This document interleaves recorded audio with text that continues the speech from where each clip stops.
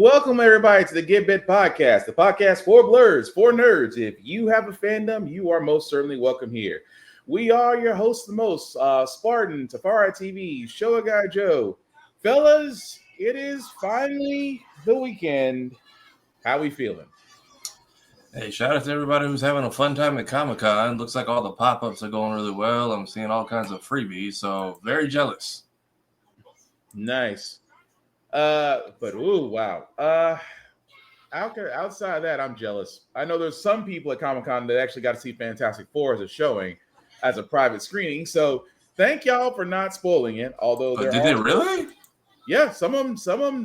There was a Prime Video screening because I think one of our podcast brethren, I think Neon Nora Vibes got to see it, and I saw a post on her social media. I think she was got to see it, but either way, with that being said, though, and Joe, you're muted, by the way, if you're trying to say something, dude.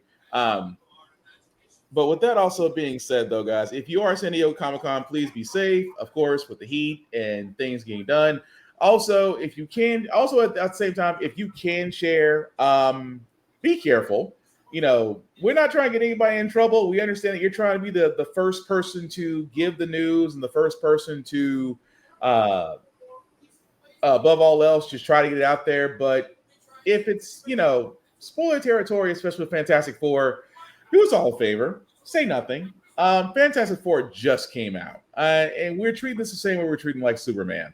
No spoilers. If you liked it, say you liked it. But don't be that guy and put the post-credit scene on TikTok just because you want hits. Don't be that guy. That's all we're saying.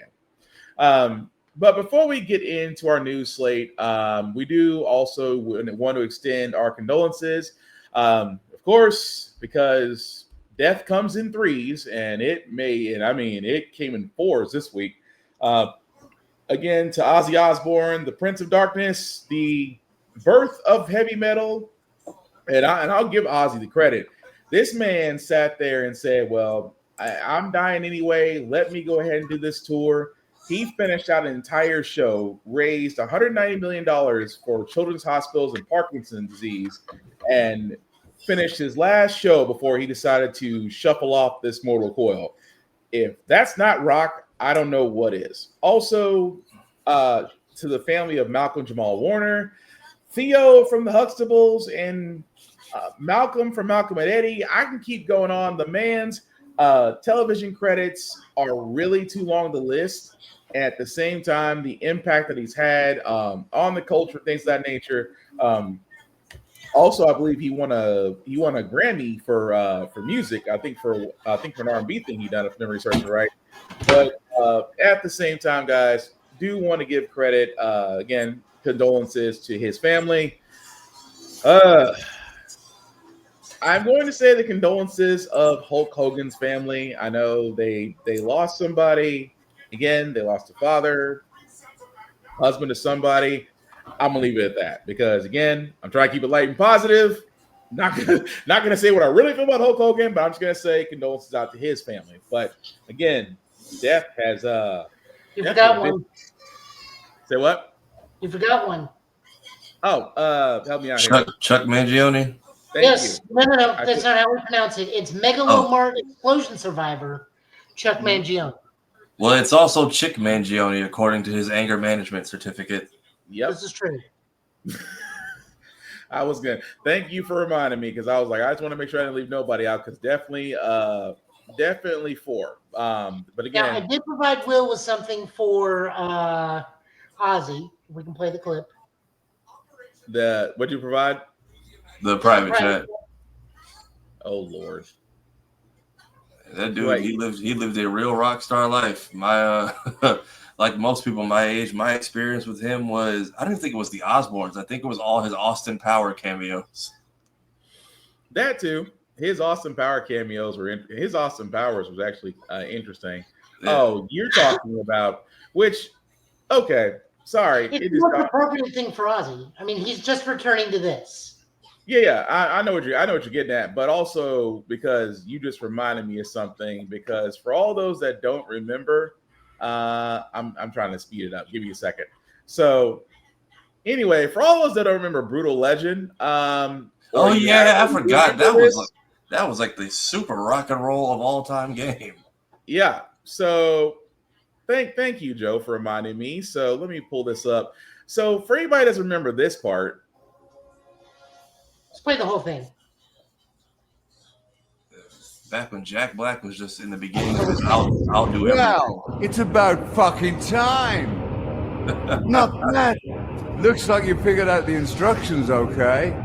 You've got some demon flesh on your bumper, but that's the way the world is today, I'm afraid. Who? Oh, me.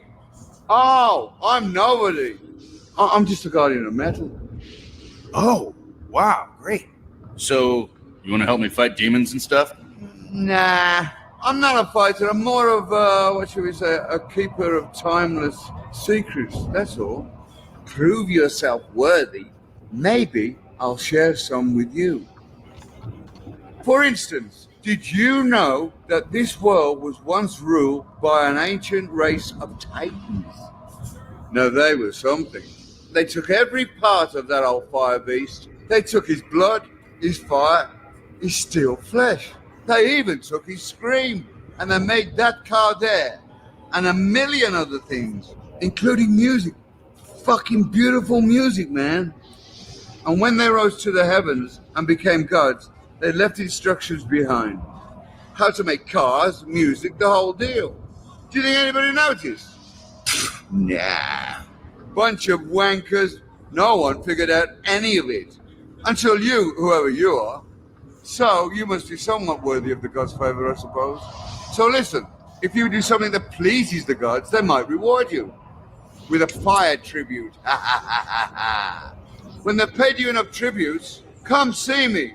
I'll share some more secrets of metal with you. Like how to turn that little beast you got over there into a real monster, among other things. Got it?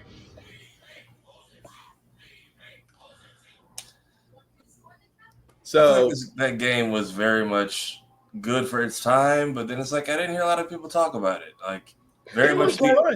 They advertised it as a hack/adventure, and then we learned it was an RTS strategy game. Yeah, but it was a fun RTS strategy game, though. I mean, it really was. Get ready for hell yeah, rated M for mature, or whatever the hell the commercial said. Yeah. Oh no, I still tell people I spell my name with an E at the end of it, so they know I mean business. But I will say this, and thank you, Joe, for reminding me. So Brutal Legend, I think, on the Epic Store is free. Ironically enough, for 666 minutes. I am not making that joke. I am not making that up. You can actually go to the Epic Store right now and play Brutal Legend for that time limit, obviously as a tribute to Ozzy. So again, if you never played Brutal Legend, it's fun. I liked it. I actually liked it. Oh God, how long has that game been? 16, 17 years ago? Don't age us more than we need to be. Yeah, 16, 17 years ago, I think is when that game came out, if memory serves me right. But again, fun to play. Highly recommend it. But yeah, again, we want to get our peace and condolences out to the families of those fallen heroes. Joe, I know you saw Fantastic Four. We were just talking about those at San Diego Comic-Con.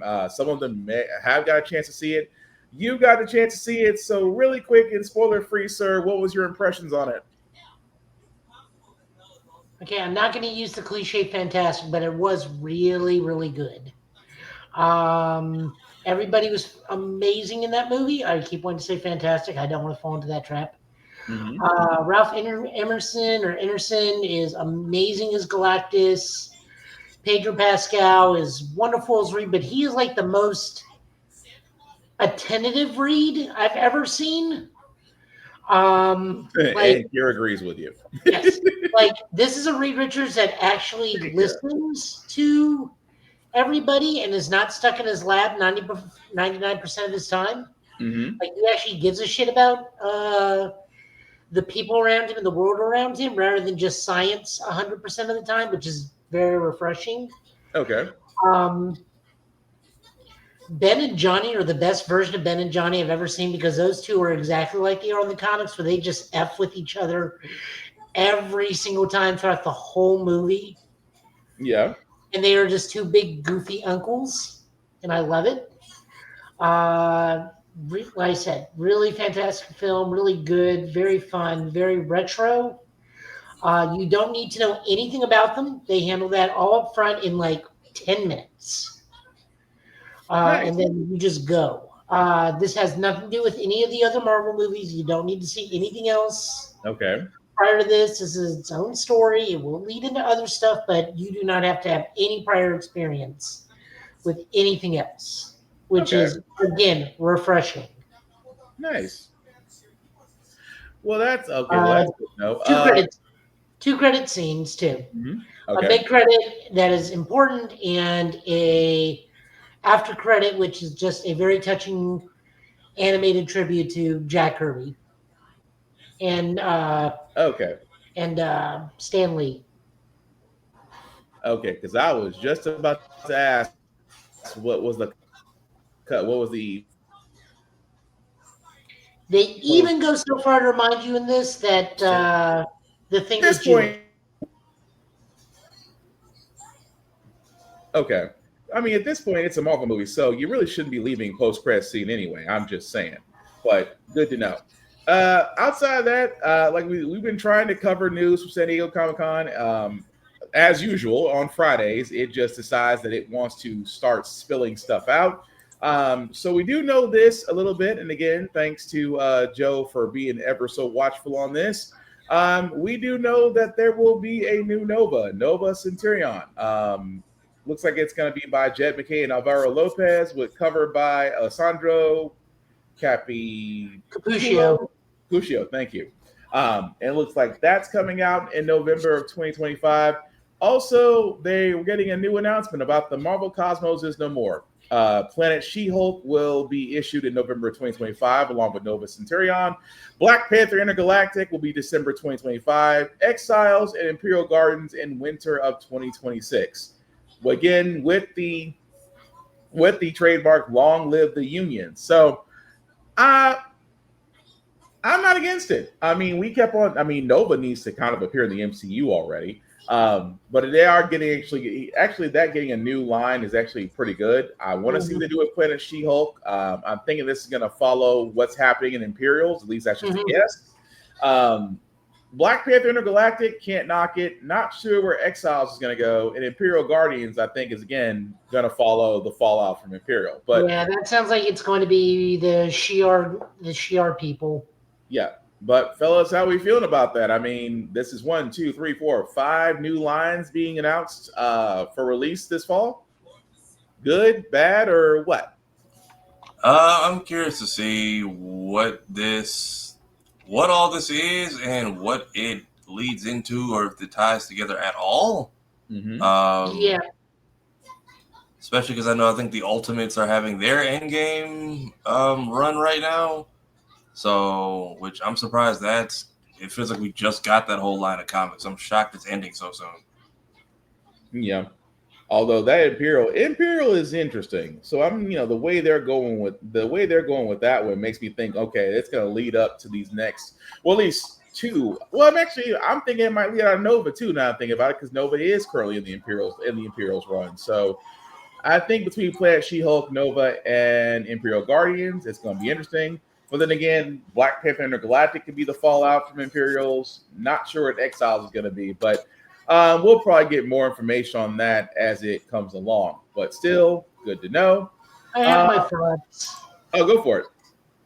Well, everything we more than likely is going to appear in Imperial is going to come out of Imperials.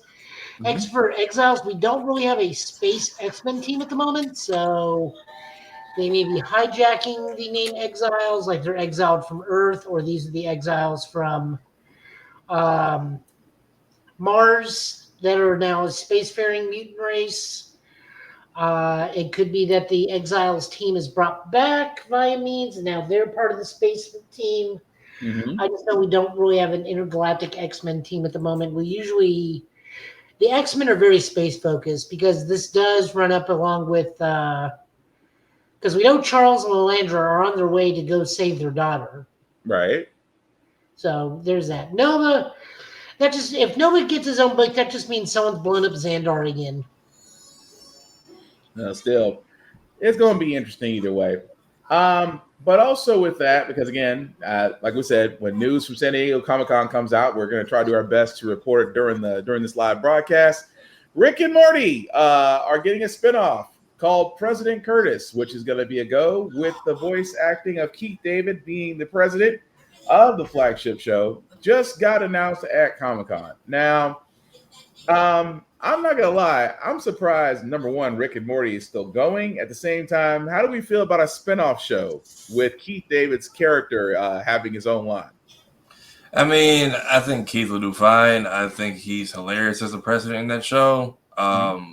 They made it very clear, even when Justin got in his little issue, they don't care about the outcome. Rick and Morty makes too much money to throw it away. So they will keep Rick and Morty even without Rick and Morty. And I think this is their attempt to spin off the show. So maybe they don't have to bog you down the head with Rick and Morty 2 Electric Boogaloo along while the main show is still going.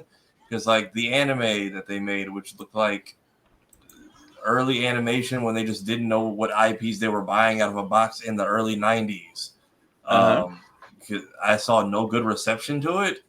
But I think this gives them a chance for a more focused side story. But that way they can at least use the IP without beating you over the head with here's an extra season of this show since we've got nothing else around it. I'm also just happy for Keith David. He's getting his star on the Walk of Fame. Yes, he is performing. He just posted an Instagram announcement about all this. Keith is very much happy and healthy and in his jolly old unk era. Good for him. Don't blame him. Joe, any thoughts on this? I mean, I'm not really a big Rick and Morty person. I fell off this pretty fast, but I will always celebrate Keith David. I loved him when he appeared in Community in the final season. Just making sure because my memory's shot. He is also the voice of Goliath, correct? Yes. Gargoyles. Okay, I just want to be sure before I said anything. Yeah, they brought him back for the DuckTales finale just to do a I do remember that. Yeah, Gargoyles. I live again. So yeah, I don't really have too much of a say in this one, but I am super happy he's going to continue getting work, and that he is definitely getting his flowers that he much greatly deserves. Cool. Okay. Also from San Diego Comic-Con, we did actually get an announcement from the co-creators of Avatar 7 Havens and how the artwork looks. So bear with me. It's Facebook. It may or may not agree with me.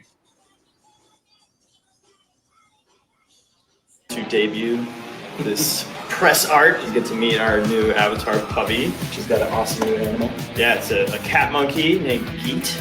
You can get a glimpse into the Avatar world and see definitely very different. More fantasy, otherworldly kind of scenario. We're pulling in some influences from like Mobius, 90s anime series. Yeah, we can't wait to share it with everybody. For now, enjoy this lovely artwork.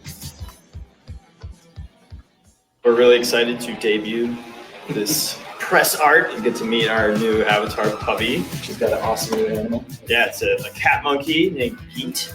You can get a glimpse into the Avatar world and see definitely very different. More fantasy, otherworldly kind of scenario. We're pulling in some influences from like Mobius, 90s anime series. Yeah, we can't wait to share it with everybody. For now, enjoy this lovely artwork. Okay. It looks decent. I feel weird with all the campaigning of like, hey, Korra wasn't that bad. Leave her alone. And then it's like, by the way, the world went to complete hell after her run as the Avatar. I'm like, well, you're not helping her case at all. Right.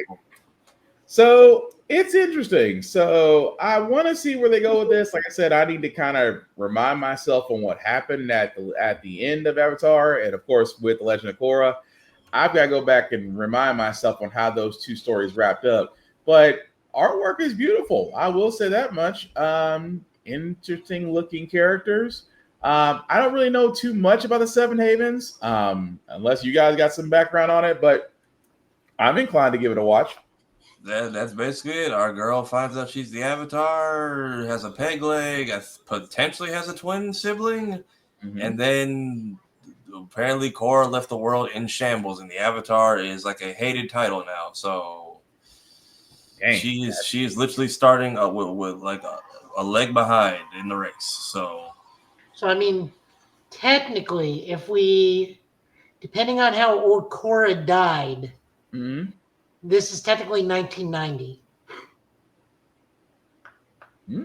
Because so we were in that like steam early engine we're in era. like that 1920s, 1930s era. And given the lifespan, we should be technically in the 1990s when this happens. Just like in a weird year thing, because I think Aang's time frame was like the late 1800s in Asia. Yeah. Just about. And we know he lived to be about 80 or 180 or something. Something in that area. I want to say Aang died not very old. I want to say he maybe made it to his 40s and 50s because 55, I think. Yeah, because he still had brown hair, and technically his organs and whatnot were 100 plus his age in the current show.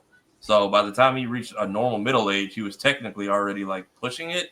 At least that's kind of Sokka lived to be like 90 or something. Yeah, Sokka, Sokka died. Everyone died of old age. Apparently Aang, I think, died first of them, and I think it was Katara. I don't think only the girls were Katara and Toph like the only ones left. No, Sokka Zuko's alive. All right, yeah, we did get a Zuko cameo. No, Katara's alive too. We see her in the Water Village. No, I'm saying I thought only the girls, like out of the whole Team Avatar clique, were the only ones left. Because I forgot we did get a Zuko cameo in like season 3. Yes. But Toph is alive, and she was the youngest of the bunch. Katara's alive.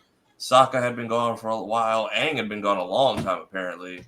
And Sokka was potentially a Rolling Stone, so maybe we'll see more of his descendants in this series. Yeah, I've definitely got to go back and go watch. I was like, I have missed so much. But yeah, so as more news comes about the Seven Havens, we will definitely talk about that. Also, although this is not San Diego Comic-Con related, but because Evo didn't want to feel left out, we covered this game, Marvel Tokon Fighting Souls, because number one, it looks freaking awesome. At the same time that it was going to be a 4-on-4 game. Well, we do know that if you are going to be in the Las Vegas area, especially for Evo 2025, your Lucky Ducks will be the first ones to get to play it. The build will actually be there. You can actually play between Captain America, Iron Man, Storm, Star-Lord, Miss Marvel, and Doctor Doom. So if you are going to be at Evo, which is from August 1st to the 3rd of this year, so next month, actually next week, honestly, your Lucky Ducks will be able to get to play the build firsthand. I wish I was going to Evo, not just because of this, but anyway, Evo's a fighting tournament I always wanted to go try my hand at. But fellas, what are we thinking? That is this smart for Arc Systems to go to one of the larger video game tournaments and, kind of have a beta build out there to gauge and see how that game would work? Or is it that they're just trying to get more hype behind this? Or is it A and B? I think both. I think Evo is the perfect place, especially because everybody trusts Arc Systems with just the work they've done on previous games. Mm-hmm. So, yeah, one of your best developers going to one of the biggest tournaments, at least people get if not a competition, they get a hands-on approach with the game, build hype for it, because your biggest people in the fight, FGC, are going to be there. So if they co-sign it, then you're pretty much good. Great. Yeah. Joe, what about you? It's definitely B, and I wouldn't be surprised if we got 4 more character announcements at Evo. I can see that. I'm just jealous. I won't be jealous that I can't be there to sit there and actually enjoy it along with everybody else. But that's okay. So we do got a couple of trailers outside San Diego Comic-Con. This one is basically 2XKO. We talked about this game last year, I think, because it was a concept, and we kept wondering because we didn't see it. We didn't see it at Summer of Games. We didn't see it at Summer's Games Fest. I think the last time we saw it was the Video Game Awards back in December of last year. So now they are announcing another character that'll be part of this 2XKO, but we're also thankfully getting the announcement of a beta. If you haven't seen the trailer, here's the trailer for the reveal of one of their newest fighting characters.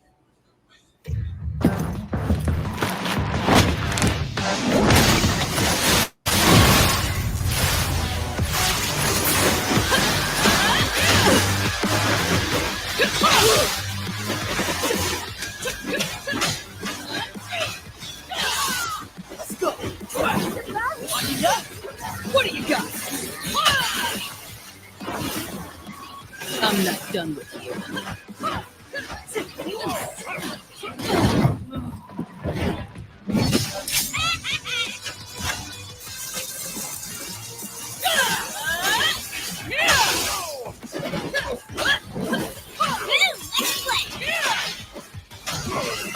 Hell yeah.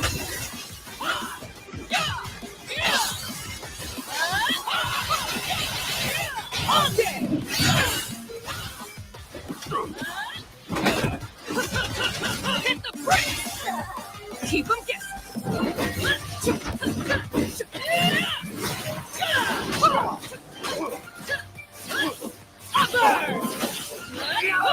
That'll hurt! Crack! Chin check!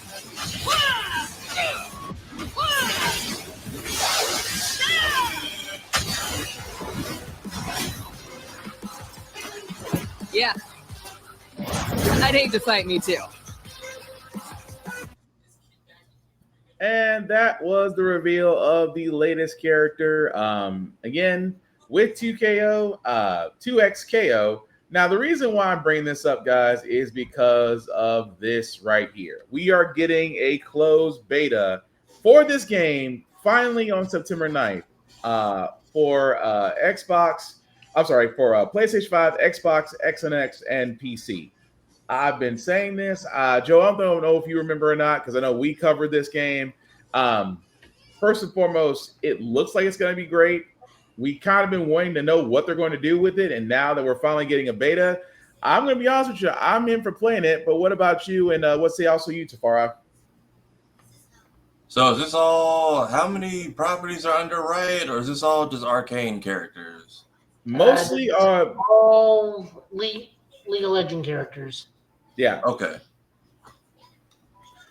But it does look cool, though. I'm just, like I said, if it's done properly, it could be an additional fighting game. And I've always said there's not enough fighting games out there, at least not to me. But again, come September 9th, I am definitely going to give it a shot. Joe, are you on board with that, or is it going to be a wait until longer? I just want to see what other characters they have, but more than likely I'm in. Cool. All right. Beyond that, I got to give Joe credit for this one because I did not think that Garfield could be in anything, but apparently he has a game coming out called Garfield Kart 2, All You Can Drift. And I'm going to play the trailer just because it's interesting. It just reminds me of Mario Kart a little bit. Peggy 3.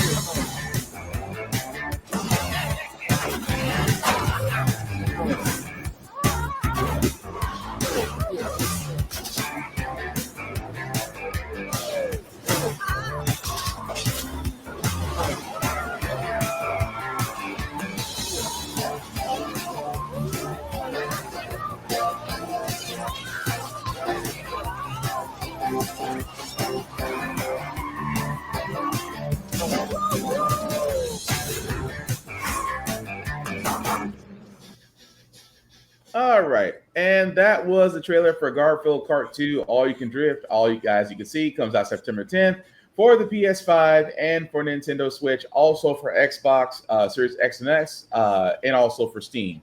I'll be honest, it's cute. It is cute. I was telling Joe about this in our group chat.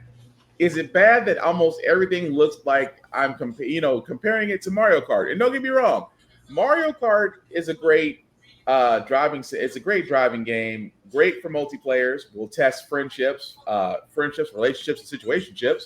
But I got to ask you guys, after seeing Garfield Kart 2, would you give it a shot, or do you think that it's just, basically Mario Kart with Garfield?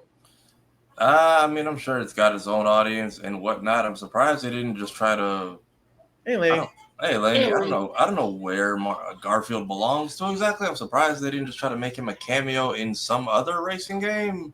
Mm-hmm. I also forgot there was a Garfield Kart 1. So this is very much for the E10 and under crowd, or diehard Garfield and Heathcliff fans, I guess. Which I can see that too. But go ahead, Joe. I mean, the last time I played a Garfield video game, it was on the Sega Genesis where he got stuck in the television. Right. I forgot all about that one. Yeah. Oh, wow. It was a platformer. Yeah.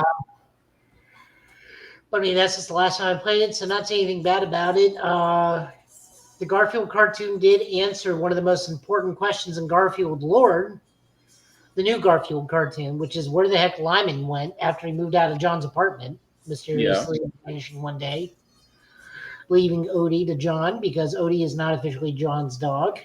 Right. So, other than that, I mean, all battle kart races are going to mimic Mario Kart. There's just, even Sonic does it. So, yeah. The comparison is apt, but that's only because we really don't have anything else to compare it to. And also, I'm not knocking it. I do see the appeal for, like we said, if you are a Garfield fan or a Heathcliff fan or just a fan of the cartoon in general, I can see people wanting to play that. So I'm not knocking. I'm just saying that, if you see one platform, it's kind of hard to, you have to kind of differentiate yourself and really look at it versus, looking at everything with different skin. Not knocking the game. I'm just saying that's what my comparison is. But still, you should, if you are up for it, you definitely should give that a shot. But speaking of things that are getting a shot, Predator Badlands came out with a new trailer. Every time they come out with a new trailer, guys, I am more and more wanting to see this movie. Because Joe has heard me say this plenty of times when it comes to Predator. Give me a different story. I don't want the whole same story of Predator going on a hunting trip, hunting so-called protagonists. Give me a different story. And Predator Badlands seems to be doing just that. And here's the latest trailer for it.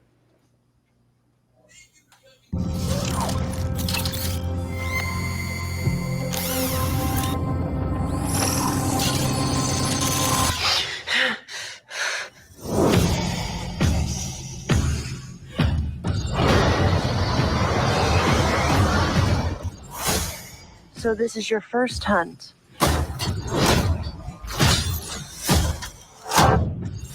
And you've come to the most dangerous planet in the universe.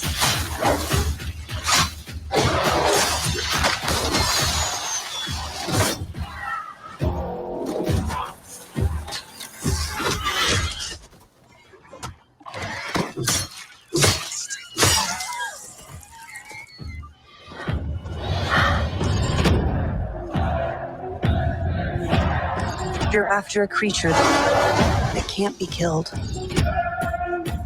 The definitive apex predator. I could help you.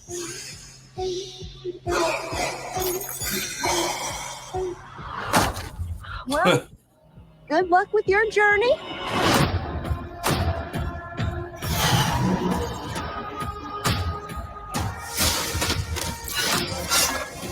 Here, you're not the predator.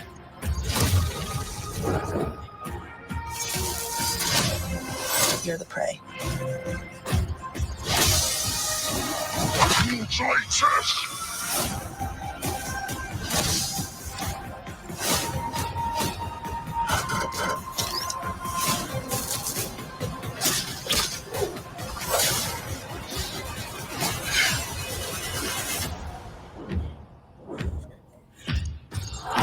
We might not be alone in this hunt.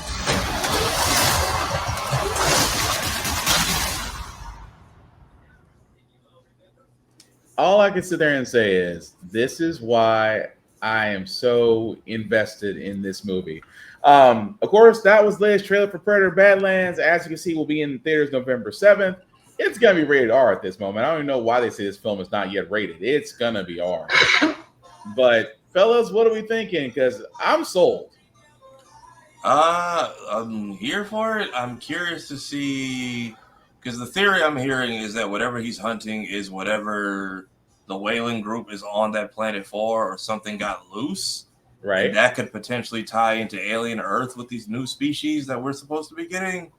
So, but I am curious to see if we get any direct tie-ins with Killer of Killers, or if I don't know what lore we get about the Predator, the deal with the half ripped apart android, or if she is part of the team that was extracting the thing that escaped.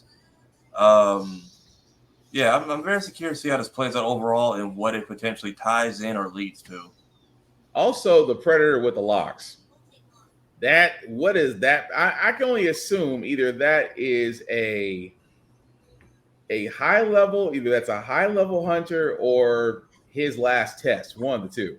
I feel like that is from a rival group potentially, because we see, for most of the Predators we know, it's just been like a test of skill. Either you win or you lose, and they're usually respectful of the victor. Whereas I think Killer of Killers, is a whole different tribe of them, because someone's going back behind and snatching up all the people that have managed to kill a Predator, and that seems to go against what we've been taught so far. And we've learned that there are warring tribes on that planet. Mm-hmm. So if this is a clash between the two, I could see that being I don't know if that's the guy from Killer of Killers, but somebody of a upper rank probably coming to bear down on our main character's village, it seems like. Yeah. I can see that too. I just, like I said, I like the fact that there is so much unknown. That's what makes me want to watch this. There is so much unknown to this story outside of what is this unkillable creature that they cannot take out. And of course, like you said, with the whaling group being there and the android, that's a whole nother thing. But I'm definitely intrigued. But Joe, what about you? I mean, I'm down. I'm wondering if that's the hunt master punishing him from the initial hunt, or tracking him down because he is technically cheating since he's being assisted by the android. Possible. Although I would think that would be the lead, I guess, or the superior. And you might be right, because the fact he is teaming up with an android, maybe that's the penalty. the penalty is you lose something. I can see that, but like I said, there is so much that we don't know. And I know, Lainey, you said you can't wait to see this movie. I am with you on that. But speaking of other things that can't wait to see, Alien Earth on FX. We got another trailer for that. And again, I love what they're doing with these stories, because this makes me want to watch. If you haven't seen it, here's the trailer. If I'm not human, what am I? Did you even think about it?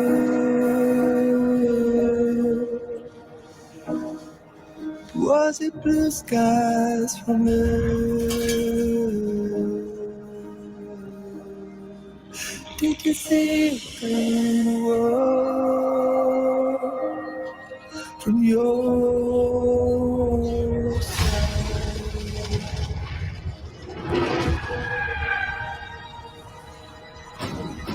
This ship collected specimens, 5 new life forms from distant planets. Monsters.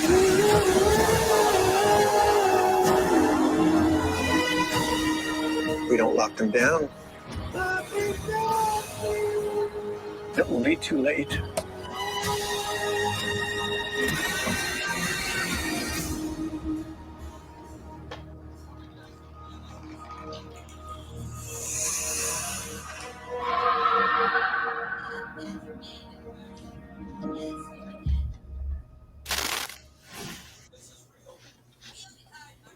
Well, is there anything else that we can say about this series? I got nothing. I got nothing outside. I want to see it. Where does this take place? This is modern day like world, or where does this take place in our timeline of?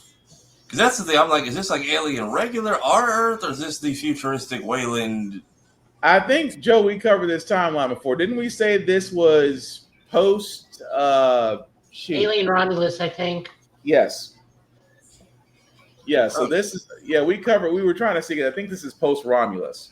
Is this are we on a realist or futuristic Earth, or are we just on a? Because that's the thing I'm looking at. I'm like, I see a lot of forest and trees, but I'm curious, like, what is rural life like, or are we just regular old American cities? I have yet to. I think that's what's throwing me off, curiosity wise. What are you gonna say, Joe? I couldn't tell you on that part. I was gonna lean more to futuristic, but I don't know. Like last time we did this, we had AVP2, and they just went and took over some tiny little town. And I'm like, are we about to get that 2.0, or are we going to see like some futuristic concrete jungle lockdown action? Yeah. So I'm curious. You know what? The more I think about that, the more I don't know. And then like, are we gonna contain these things, or are we just gonna be, hey, these? Like, are the aliens going to become an infection that just breed like into everything? Probably the second, because you saw the animals, you saw people, and I'm like, there's going to be a lot of crossbreeding. That's what I'm like. Are we gonna like? Is Earth doomed after this? Is AVP coming for an ethnic cleansing at the end of the series? You know what? I wouldn't be surprised by the Predator crossover. I really wouldn't, but. Either way, we'll definitely know come August. So we're not too far off from the first episode of Alien Earth on FX by Hulu. Or if you decide to go to the Grand Line and watch it, it's up to you. We're not judging. But again, it looks like it's going to be fun. Joe, anything you want to add to that? No, I'm looking forward to it. I want to see what other species there are that will eventually be used as face huggers for multiple variants of aliens. Nice. Okay. Well, it looks like it's going to be interesting either way. But a quick bit of news before we get into the other trailers. Who knew bullying works? Xbox announced an $80 game, which we said a couple of podcasts ago, with Nintendo announcing their $80 game and $100 games. And we discussed the fact that although games historically have always costed between $30 to $60, times have changed because of inflation, things of that nature. Although a lot more games have gone digital, which makes me wonder that it's not always about the distribution. But that being said, the Outer Worlds 2, which is a game that is highly being waited on, will be sold at $80 once it launches on October 29th. Now, however you feel about that, I personally think it sucks. We're just inching closer and closer to $100, and really out of the price range out of a lot of people, because let's be honest, money is tight for anybody these days. However, another reason why I freaking love, if you haven't seen this, where it literally sat there and said, "Dear Galactic citizens, we have received your SOS via skip drone about the pricing. As an organization devoted to making sure that corporations do not go unfettered, we at the Earth Victoriate had worked with Redacted to revise the price of the Outer Worlds to $69.99. Who knew bullying works? Because again, I'm not saying, and I'm trying to be nice about this. I really am. I know that developers, programmers, coders, everybody that works in these video games needs to be paid. They don't get paid enough for the hours they put in, the deadlines, sometimes impossible have to be met. I understand. You have to pay these people. That being said, is it wrong? And again, I know I made this point multiple times on this podcast. The higher the price these games go up, the more completed games we should be receiving. I don't think like I said, I don't think as a gamer it's fair to ask a gamer to pay $70 for a game that's incomplete. I just don't. I mean, money shouldn't even be the trade-off. We're supposed to get a completed game up front, and now that they've had us lower the bar so much, we're just like, we're paying more, so we should get a complete game. Forgetting the complete game was supposed to be the baseline. Mm-hmm. So that's where we have been. I'm glad they backtracked and decided to drop the price, because I mean, you can charge what you want for these games, but then you can't get mad at the reviews or lack of. Nobody can play them. All right, it's almost to the point to where if it gets review bombed, you can't really be mad about it because, again, who's gonna? Again, almost the reason why some services like GameFly still exists because of this. Because GameFly's whole motto was, "Why pay full price for a bad game?" And here's the funny part is, as they said, "Why pay full price for a full game?" Gaming companies never got insulted by that. It's like, how dare you, GameFly? It was almost, correct me if I'm wrong, when GameFly came with that slogan, did any video game company or studio out there get offended and voice their opinion? Because I never heard it. I don't think so. Because that's why I'm just making sure, because GameFly threw that out there and it was just silence. Like, you guys don't feel offended that a video game renting service just said you guys put out bad games, but yet you want full price? Which I thought was crazy, but at the same time, it makes a point to where, again, I'm not saying bullying is a great thing, but let's be honest, if we never bullied Paramount, we would never got 3 Sonic movies. Oh, you're forgetting the other time we bullied video games. Multiple, but which one are you thinking of? Mass Effect. Oh yeah, we bullied the crap out of Mass Effect 3. Which one? What was the thing for Mass Effect? The ending.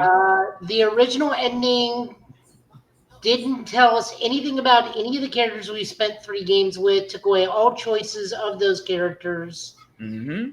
And I really don't care if it kills off Shepard or not. That was never my issue. My issue is it made any choice that we made in the 3rd game and spending time investing in our characters utterly irrelevant. Yeah. And then what happened? They gave you guys an alternate ending, or they revamped the whole ending. They actually not just the ending. I think, correct me if I'm wrong, Joe, they had to revamp the whole 3rd act of the game. I know they had to re-act the final moments of the game because they added an additional scene that gave you choices on what to do. Mm-hmm. Because you could do synthesis, which is technically the true end, is not the true ending. Although that is the ending everybody prefers. I prefer blowing them up, but that was me. The green ending was synthesis. The blue ending was take over the Reapers, and red, which is the canonical ending, because Shepard lives in that one, I believe. Yeah, he does. Destroy all Reapers and all Reaper technology, including the Mass Effect gates. But you also took out synthetics and other groups that actually had biotech. Which was kind of a messed up trade-off if you think about it. It's like, I can take out the Reapers. It kills Legion. So very rarely did anybody ever choose red. I did because I couldn't stand that freaking kid at the end. Well, the consciousness of the Reapers, I should say. But no. The true ending. Remember, it was the grandson asking the grandpa to tell him more about the Shepherd. Yeah. Yeah. The Shepherd. And then they came out with the tongue-in-cheek DLC that lets you get your own apartment. So I'm like, all right, guys, turn off all the lights before we leave. Make sure the TV's off. Someone clean the couch. We got to go fight for our lives real quick. But we took a nice break, which I thought was interesting. Oh, that's still funny. But my favorite line for that entire DLC: "You're not supposed to shoot at us while we're on a ladder." Yeah, we took full advantage of that. But either way, shout out to those people at the Outer Limits actually listening. But speaking of things that are listening, Battlefield 6 was announced at San Diego Comic-Con, and I'm gonna be honest, Battlefield has this history of great trailers and crappy gameplay. If anybody doesn't remember Battlefield 2042, well, be glad you missed out. But here we go again. Here's the trailer for Battlefield 6. My fellow citizens, my fellow. We will prevail.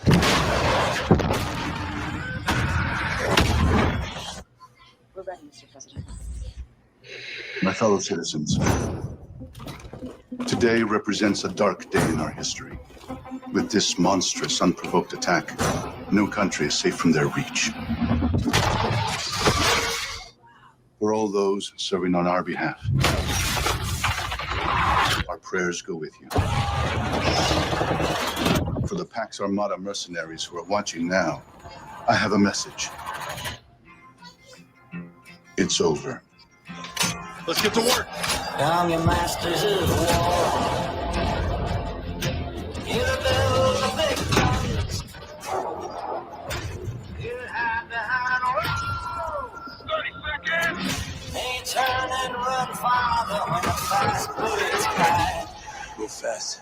Move decisive. Dagger on my 6. Send it. And I hope that you die. And your death will come soon. I follow your casket. I'll pay after. I watch while you shit down. And I stand over your grave. 'Cause I'm sure that you did. Ready to target for the F-61.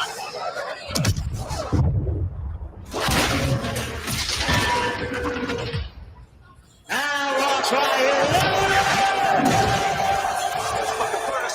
and I stand over your grave. 'Cause I'm sure that you did.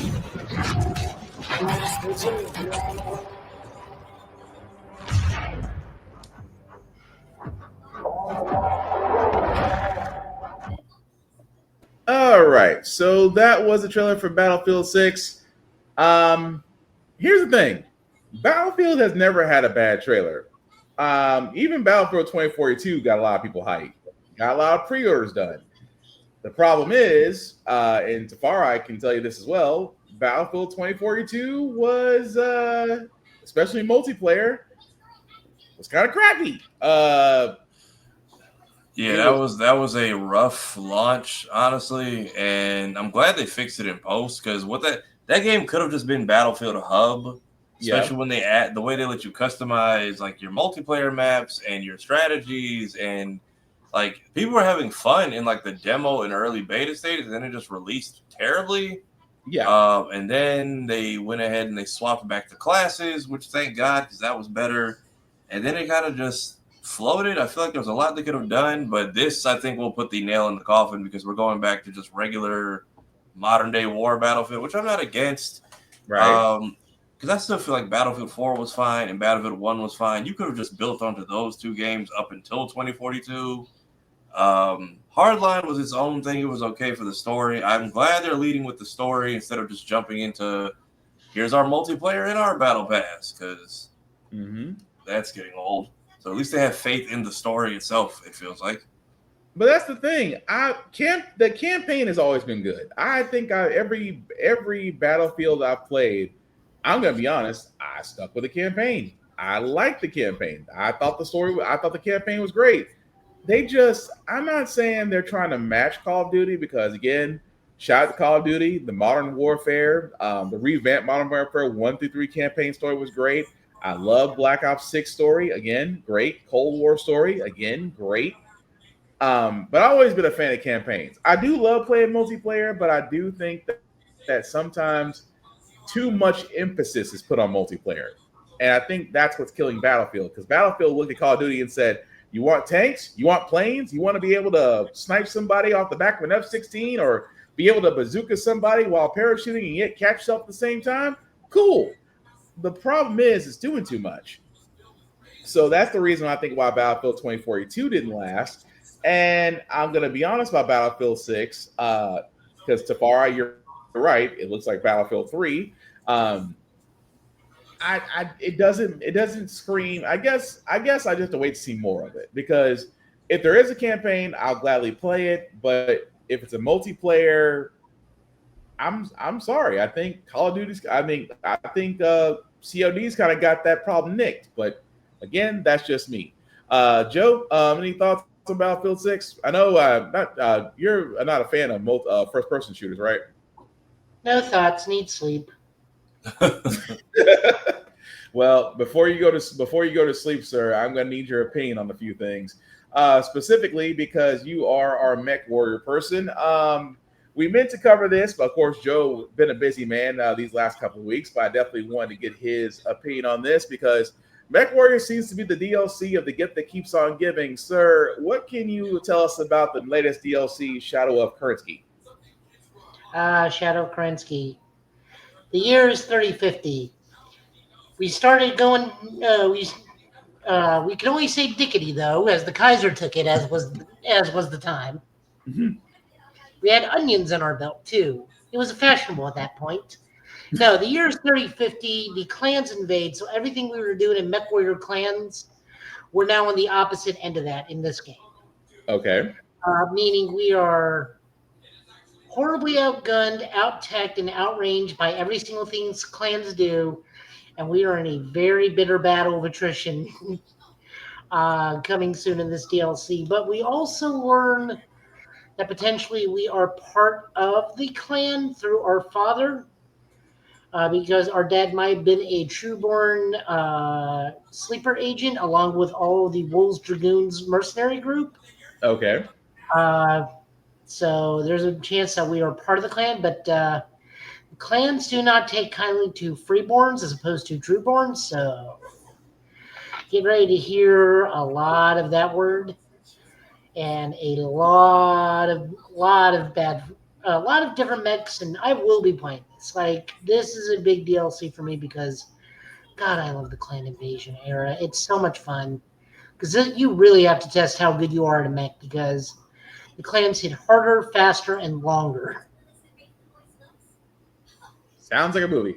Outside of wishlist, do we know when it's going to be released? I know it says wishlist now, but any idea when the DLC will be released?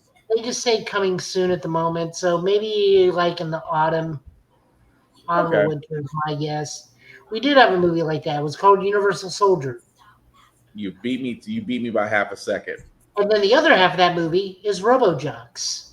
I was going to go with Real Steel, but it teaches on. No, RoboJocks is actually a legitimate thing. Yeah, they actually did try to. Oh dear God, let's not give people ideas. We already want Gundams. We already want Gundams and Jaegers. Let's not give people ideas. Speaking of Gundams, cue that music video for the 30th anniversary of Gundam Wing. How do I feel about that? Because it's nothing new. It's just relaunched. I mean, don't get me wrong. Hiro Yui's in a hoodie before he detonates the Gundam again. That's. By the way, he detonated the Gundam. Spoiler: he detonated the Gundam. I just look when they were doing the 30th anniversary. I'm like, okay, cool. I understand for those that have never seen Gundam Wing, you really should. Again, one of the more influential Gundam animes that, for a lot of people, didn't get introduced to that until Toonami, because Toonami was let me get that right. Yeah, Toonami was one of the first ones to actually show Gundam Wing. Although I want to say Gundam Wing was the first Gundam on Toonami. Yeah, it was. It was. It had to be. Because they didn't. It had to be because they didn't show. Seed wasn't shown till 5 years later, and then I think the 8th MS team didn't get shown till like another couple of years after that, and then. I know it went Wing G original, and then Adult Swim got 08 MS Team and Stardust Memories and Warren Pop. Yeah.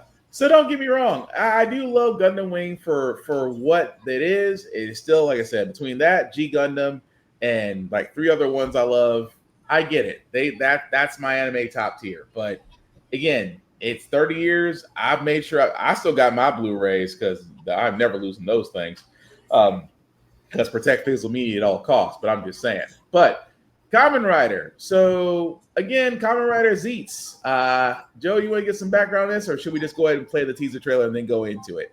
Go ahead and play the teaser trailer because it's very hard to talk about it because there's not a lot of information out right now. But this is going to start up in September. This is a anniversary series. This is the 40th Rider. Okay, cool. And I think this was the one that was going to be based. Not based. This is going to be U.S. treated, or am I saying that right?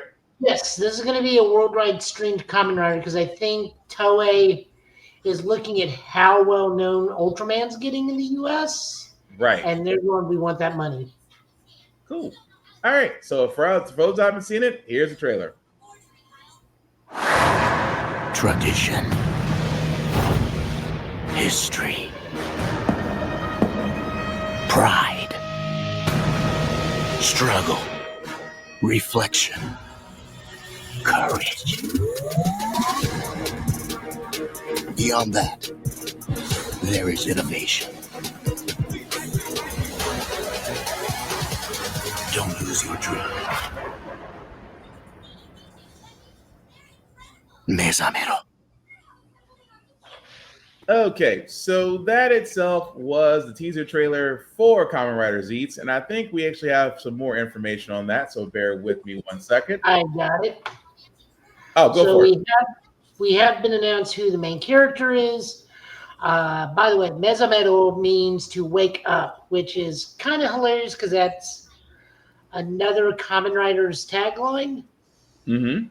Kamen Rider Kiba, who is the vampire Kamen Rider. So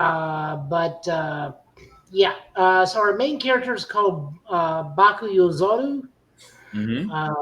Baku can also be translated into ghost because we have, if you remember your Digimon, we have Bakuman. True, I remember that. Because this is Kamen Rider Inception, we're going to be fighting in dreams. Mm-hmm. He was played by, oh my god, Imai Ryutaro, or Ryutaro Imai. He auditioned for Kamen Rider series at least twice, and on his third time in Mets, he got it. He was born in 2005. I feel old. He is on record saying his favorite Kamen Rider as a child was Kamen Rider Double. Okay. What else has he done? This is his first role in film and whatnot. He will be appearing in the upcoming Kamen Rider Gav Invader of the House of Snacks. And then production, we have a myriad of producers. Trying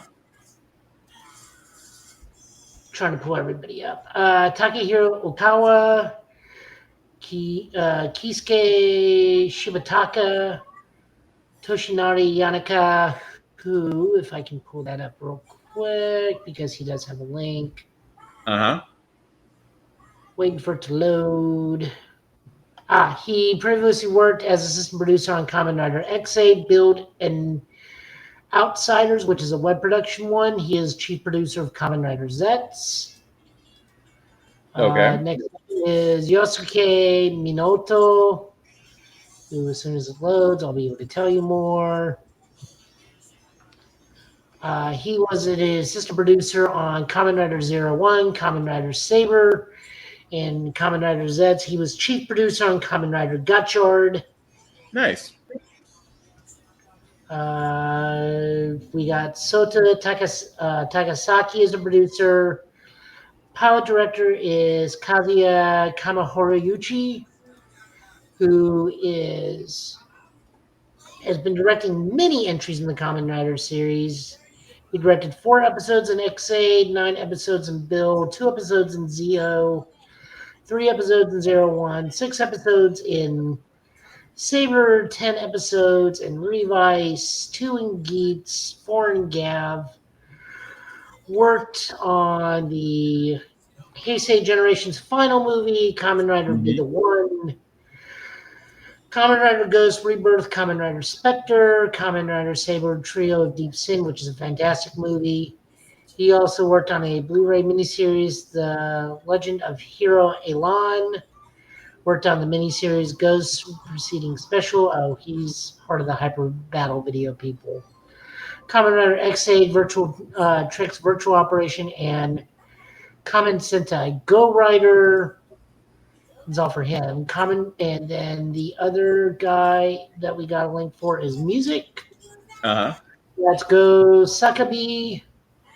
He worked on Q Ranger, Tokuger, Ghost 01, King Odra, Gav, and Zets.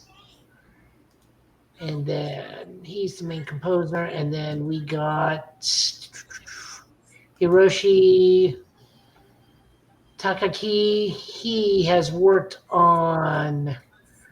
Wow, he's worked on old stuff. Old in the general term. Aba Ranger, Shinkenger, Lupin Ranger versus Pat Ranger. He's also worked on the Pretty Cure series, which is kind of like not quite Sailor Moon, but like an annual Sailor Moon style series that reboots every year. Okay. He also served as main series composer for Gotchard and co-composer for Zets. And that is everything we have for production right now on the show. It's looking to be the thing. I'm already looking to buy 2 of the toys. The driver, because this year is a sash as opposed to a belt. And it actually is envisioned for more adults. And also the main weapon, because it turns into a gun, a sword, axe, and a scythe. Mm-hmm. Yeah, Oh, I'll leave it at that. well, that does sound pretty cool, though. I was going to ask, since we're on the area, since you're on the subject of Ultraman, how's that new series been going so far? I mean, very minimal cast so far. We are very much operating with a smaller team. They're doing a good job of saving their special effects budget for certain parts. We also have no defense force this time around, so it is literally just Ultraman versus Monster of the Week with no backup. However, we do have. I said we have a Digimon or a Pokemon or whatever that Furby was. Rekius. I was like, whatever that Furby thing was that Yu had in. How was it a Furby when it's clearly a giant Godzilla thing? It's nowhere close to being fuzzy. Well, I mean, it starts off small. It's just like it's his little companion, kind of like the little Furby thing in Yu Yu Hakusho. Oh, Pooh. Mm-hmm. Pooh, that's what his name was. Pooh. Interesting. Yeah. Well, so this week we get the fusion form between Ultraman and them, because the helper monsters are going to become armor and weaponries for Ultraman. Mm-hmm. So Rekius turns into a giant pronged sword, and he gets like shoulder armor and a head spike, where the Ice Slugger usually is. And Ice Slugger, for those unaware, is the bladed crest on Ultraman's head. Mm-hmm. So there's that. So yeah, very minimal cast, and we have a lot of minimal use of extras. Like there's only over so many people on camera at once, and then that's it. Most of it's just going to special effects this time around. Nice. Well, with that being said, I also didn't want to leave out our president, because like Takara said, Keith David did make an announcement, and I definitely don't want to disrespect the president. And you're used to it. I can't wait for Rick and Morty fans to see what's coming. Citizens of America, your favorite commander-in-chief is here with a special announcement. Adult Swim has officially greenlit a brand new animated series called President Curtis, starring yours truly. We're diving deep into the Oval Office, but not the one you're used to. I can't wait for Rick and Morty fans to see what's coming. All I can sit there and say is I hear nothing but Goliath. I know Keith. I hear nothing but. Is it bad that whenever Keith David talks, I hear Goliath or Spawn? No, I mean he's got so many iconic roles. I mean, yeah, I want to say Goliath was his first role I heard cartoon wise. Live action though, I will forever remember him as Mr. Wallace in Barbershop. Oh man, yeah, I completely forgot about that. I completely forgot about that role. I completely forgot. Yeah. You think I'm just some old street dude, don't you? Will you walk your ass into some white man's bank and see if they'll pay you for this barbershop? See, I'm glad I'm not the only one. Thank you, Laney. But yeah, shout out to Mr. Silverthroat himself. It is definitely well deserved. Speaking of things that I did not expect, because apparently my son Chad is a Five Nights at Freddy's fan, even so much that he can recite the lore back and forth. Just wish he could do the same thing with his homework. But anyway, we do have a trailer for Five Nights at Freddy's 2. If you haven't seen it, here it is. It's not as bad as you think.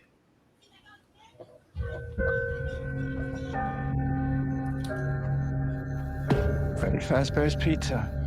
Definitely not the Freddy's I remember. You're thinking of the franchise location. This is the original. Nobody's been here for decades. Some little girl got murdered here. guys hear that? Hear what?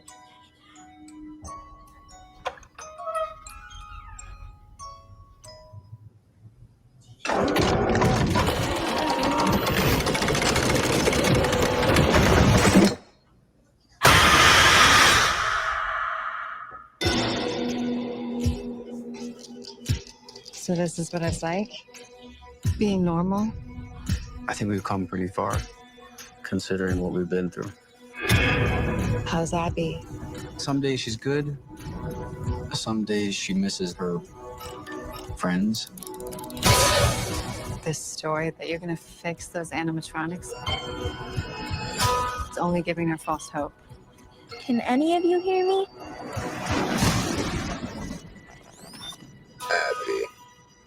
Abby, help us.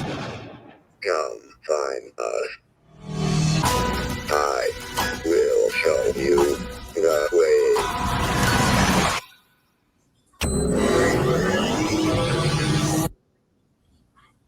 Oh no. They're out there, Mike. Where? Everywhere. Where are you gonna run to? We're not done with you.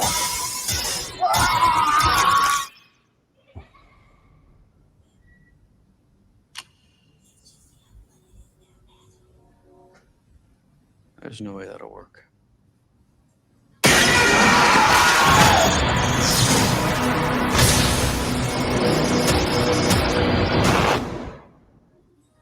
All right, so that was the trailer for Five Nights at Freddy's 2. As you can see, only in December, it's December 5th.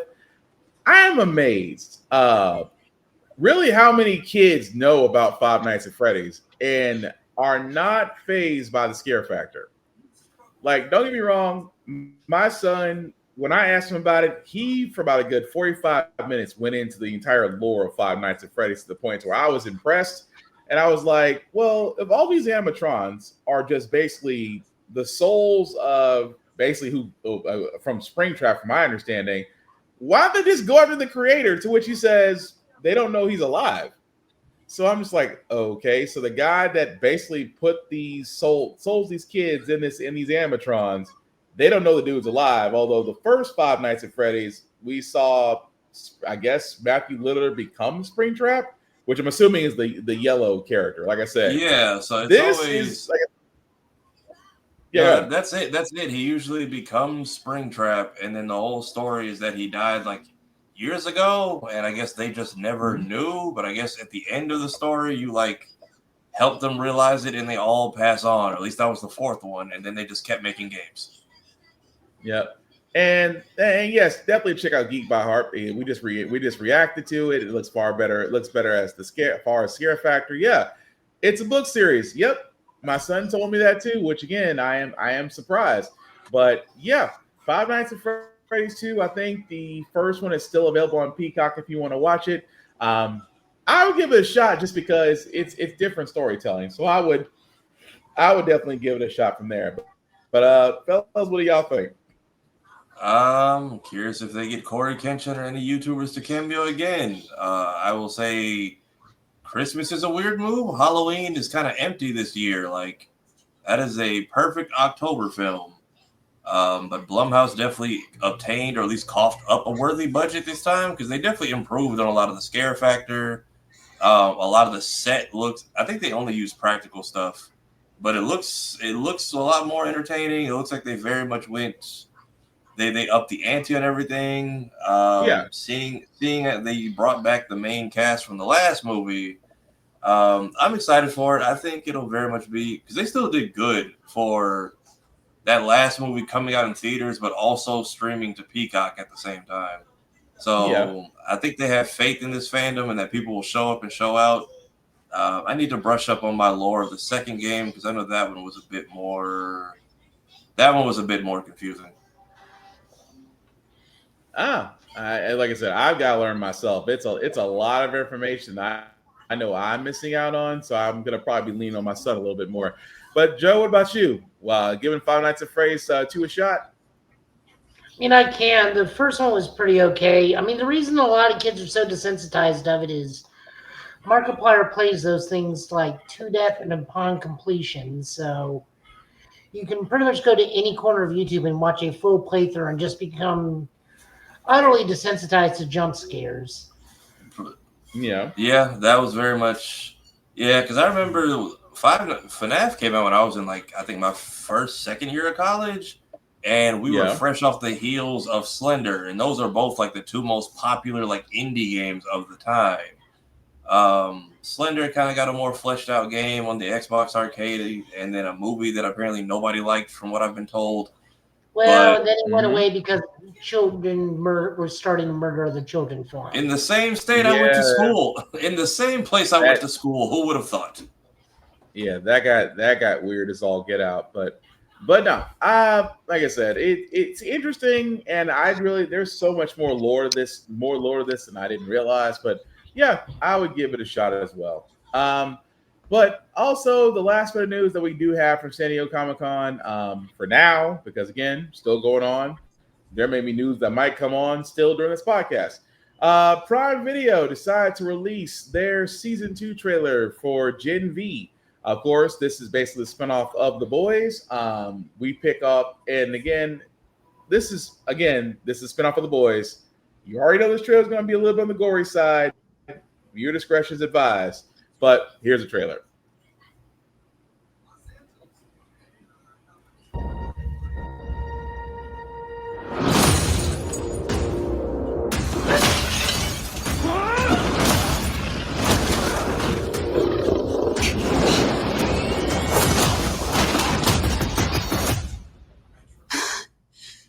Hey, Marie. You can't stay on the run forever. I need your help. You need to go back to school. It was a mistake leaving you. All of you. This school, it's become a monument to mediocrity. The new dean, he was at Elmira. Now he's at fucking Godolkin, so something's going on, but we don't know what. Vought is resuming a research program called Project Odessa that is spearheaded by Thomas Godolkin. And I need you to stop it. We're all on the same side here. This is bigger than us. We need to figure out what the fuck he knows about Odessa. For Andre. Let me be very clear. This plan is crazy and I hate it. But I'm in.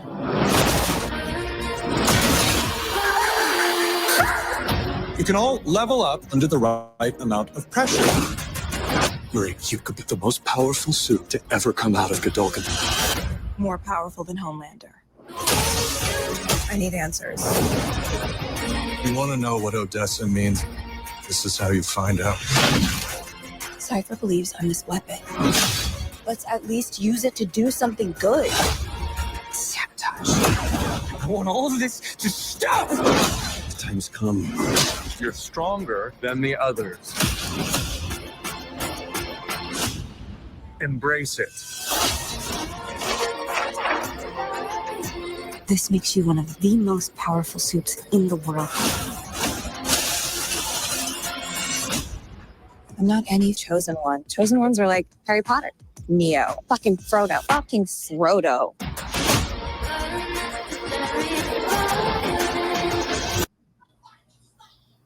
All right, so that was the trailer for season 2 for Gen V. As you can see, guys, will be available. Let me go back a few. September 17th. There we go. I'm gonna be honest. Kripke always gets me sold in on these shows, and I know I'm definitely watching it. But what do you think, Tafara, Joe? I'm curious to watch it and how it ties in, especially since we're picking up right after where the last season of The Boys ended, and Starlight is recruiting her for something. I was kind of hoping to see more of her and Newman, but after last season, I can see that's not happening. So I'm curious to see how far Marie and her bloodbending abilities go, and if she ends up being recruited as part of the what could possibly stop Homelander, or if she's able to maybe do blood manipulation to allow him to be susceptible to that virus that we may or may not be abandoning next season. I'm not 100%. Also, the fact that we are addressing, I blanking on the name of the actor who passed away, and his dad is kind of filling that slot. Oh yeah, I can't think of that guy's name either, and I should know it. You're exactly right because he did pass away last year. That's gonna come back to haunt me. But yeah, the fact that his dad's kind of playing a bigger role in it now, that does look interesting. And yeah, Starlight, because of the fallout from the boys, if you have not seen the season finale from last season, did not do so well because I think Starlight was the only one that got away. I think everybody else pretty much got wrapped up. Yeah, her powers was her nullification was her own stupidity for like the entire season. Her and Frenchie got on my nerves the entire season. Well, Frenchie just wanted to, be in prison, but but like not for any of the people we know and care about. For this rando you just met and suddenly you've done plenty of heinous things prior to now. Who, like, I get it. You've done your dirt, Frenchman, but like, nobody give a fuck about Colin. We just met you. Like, I don't give a shit. That was my whole thing. It was less about the relationship and more how much they tried to force us to care. Because like Kimiko and all your friends are right there, and you don't feel half as bad for them. The dude that was Chance Perdomo, that's who it was who passed away. Gotcha. Okay, so yeah, that was his character and his father stepping in. But yeah, it does make sense that they all got wrapped up. But I knew with the boys coming in their final season, I can only assume Gen V is, if not this season, next season, I guess story-wise has to make sense. Just because of how the boys is wrapping up, which I think is going to be the end. If it's exactly what I think it is in the boys, Gen V is only going to get one more season. Because I wouldn't be surprised if this is the last season. I would be shocked if the boys next season isn't the end of that universe. I would be shocked. Outside of, I know they're doing a Soldier Boy Liberty spinoff. If they follow that story, if they follow the story from the graphic novel, it's supposed to be the end all. But I'm kind of curious to see what they would do. But yeah, that's the end all. If they follow the boys that way, it's supposed to be the end all, but we're definitely going to see. What do you say, Laney? I like how they still have a chance to involve someone. Yeah, because I think if the actor didn't pass away, he would still probably have a big role in Gen V. But the more I think about it, Tafari, you're probably right that season 2 might be it because it leads right into the boys' season finale for 5. So it might actually be it. What'd you say? SB and Liberty spinoff? I'm there. Possibly. I'm not, that's the thing about the boys because Kripke doesn't really do things. Well, he likes to do things in 5s, except for Supernatural. That's only because the WB wanted to run that into the ground. Why Supernatural has 15 seasons instead of 5, because Kripke was ready to end it. Kripke was ready to end it at season 5. But if they do a spinoff, I can't knock it. I think it'll be great. But if they go with that original story in the boys to how it ends, because if you haven't seen it, all the soups facing the White House and setting up for that final moment, that's it. Again, be emotionally prepared if you've never read the graphic novel. That's all I'm saying. But with that, also we do have one last trailer as well. This also just came out today. I thought for a second. Oh, and by the way, yes, there is a Hellraiser trailer out there. No, we're not playing it. No. Just no. For all those that are wondering, yes, go out there on YouTube, look at it yourself. Also not safe for work. That's all I'm saying. But I'm not a big Hellraiser fan. Not a big fan of the movies. That's a little too much for you, boy. But again, trailers out there. Feel free to go watch it. But the trailer that we do have, Code Violet.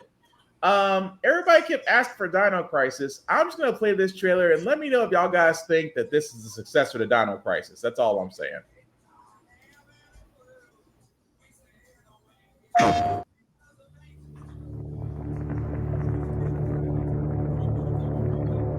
Well, these are just dreams. Like before. Dreams can do crazy things. I know, but they feel like more than that. They feel like memories, like they happened. Get some rest. I'll check on you in the morning.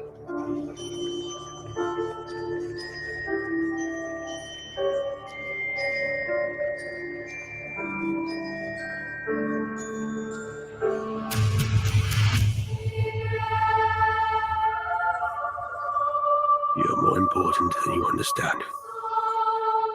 There is something different about her.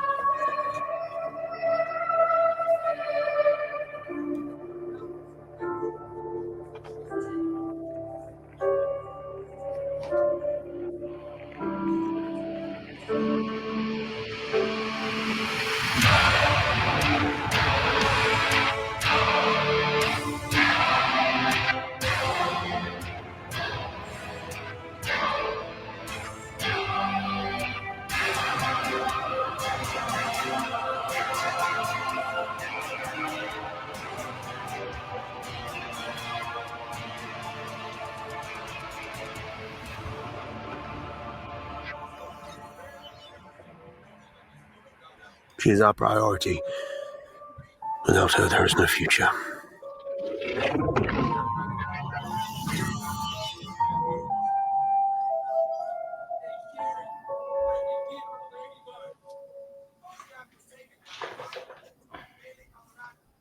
All right, so that was the trailer for Code Violet. As you can see, will be available this year, November 14th, exclusively on the PS5, the Standard Edition and Digital Deluxe. The first time I saw this, I thought it was Dino Crisis. I thought it was Dino Crisis and Dead Space had a baby. Because again, if you don't remember Dino Crisis, again, this might be showing my age. It was on the PS1 a long time ago. We have been asking, well, for those that were fans, think of it like Resident Evil with dinosaurs. Still fun to play. We have been asking for a remake or a sequel to this game, for as long as I can freaking remember. And I think Code Violet is it. It looks great.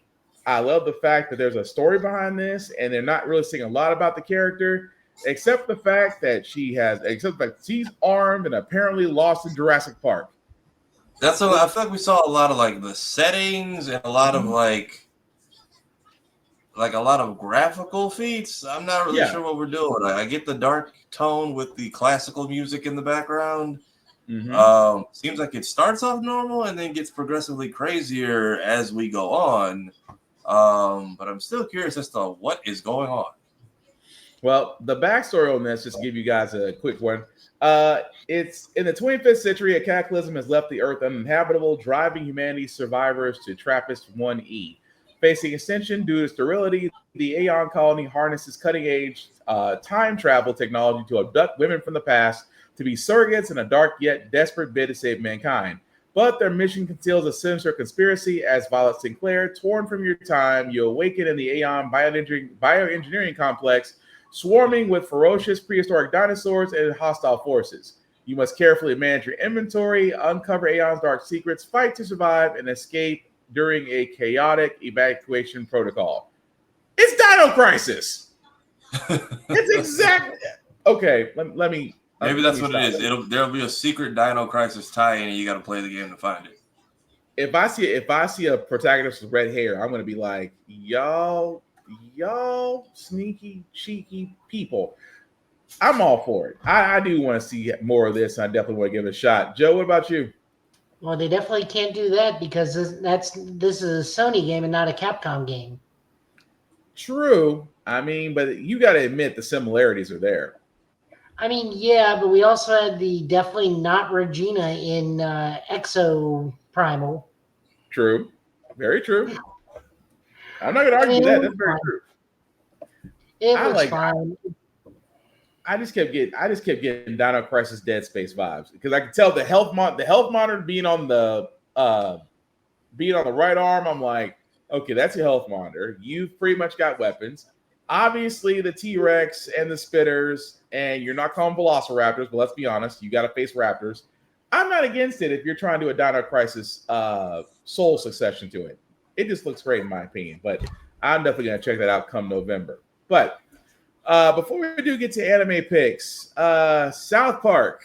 You gotta love the fact, and again, if you've been under a rock, Paramount has decided to, after 10 months from now, cancel the Late Show with Stephen Colbert for reasons, because again, we're trying to keep this a lighthearted show, but Paramount's trying to get the favor of a certain idiot, and in doing so, decided to cancel Late Show.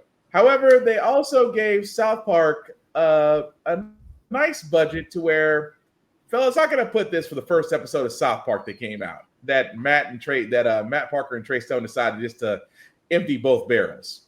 Now, to be fair, at Comic-Con, they said they were sorry. Were they? They did, but they're not really. Sorry. I've been saying this entire past week. It is weird that in a world where everybody wants to cater to this administration so bad, the biggest fight in television is for a show that will make fun of them without a moment's notice or hesitation, and that is exactly what they did. South Park, which is a show that can do what no one else can, which is like, we're just not doing an episode this week. Catch us next Wednesday, maybe, or turn in an episode like hours before it's supposed to air. And also never tell the audience when the show is over or if they're coming back. Hey, here's 6 episodes. Don't ask me for shit else. And they only did 5 of the 11 specials under the last deal. So I just see everyone's like, did Trey and Matt scam Paramount again? Because how did you get more money and you produced less than you were supposed to under the last thing? There really should be a master class in, like you said, what they get. 1 point. I forgot the full. It's a nice. The last one was 800 or 900 million. It's a full billion this time. Yeah, I want to say it was 1.5 if I've got my math right. I know it was a 10-digit number. Yeah. Oh, it was definitely up there. But the simple fact of the matter is, again, because we are trying to keep this lighthearted, we can't really play clips from that. But of course, you can go log on to Paramount or go on the Grand Line and see the episode in its entirety, because I'm going to be honest. Oh, thank you, Laney. I think it's 1.6 billion. 1.6, yeah. But I'm going to be honest. They unloaded both barrels. I laughed my head off. And the certain idiot who I won't mention, hasn't said anything. Apparently, his team has said something for them. They said, "Oh, it's a fourth-rate show and it's not funny," and how we're appalled, or some official White House statement. Yeah, nothing from him directly, but I said, why did you think you were going to be spared? Especially because they swapped out Mr. Garrison. Yeah. They swapped out Mr. Garrison for just actual Trump, and then realizing that, even with how they got rid of Chef, that wasn't a dig at Isaac Hayes. That was a dig at the Church of Scientology now. Which we did not know that apparently the Church of Scientology had a hand in removing the former Black Moses character from South Park. Was not because of his doing, because of the Church of Scientology, which we come to find out. But it's crazy as far as how they went about it. Because like I said, if you've seen, and you're right, lady, they got their coins regardless. Right. But I thought again, South Park has always been funny to me. And the fact that they have made fun of everybody, and the fact that a certain idiot is very quiet right now screams volumes to me. But again, let us know what you think. Joe, any thoughts on the South Park episode? It was hilarious. I probably should see it. I've just seen the clips, and I can't wait to see how else they're going to lampoon this entire administration. I wonder if they're going to do anything about the group chat incident. Oh, they got plenty of ammo to work with. That's the thing I'm thinking about. You have a nice little amount of information to work with with a show like South Park. But yeah, because even in their trailer, they were already making jokes about the air traffic control people being fired and I guess being replaced with the kids. So and we've seen how fast they've either made edits to an episode or swapped stuff out. So, because the Obama McCain episode, that was like I think done the night before it aired.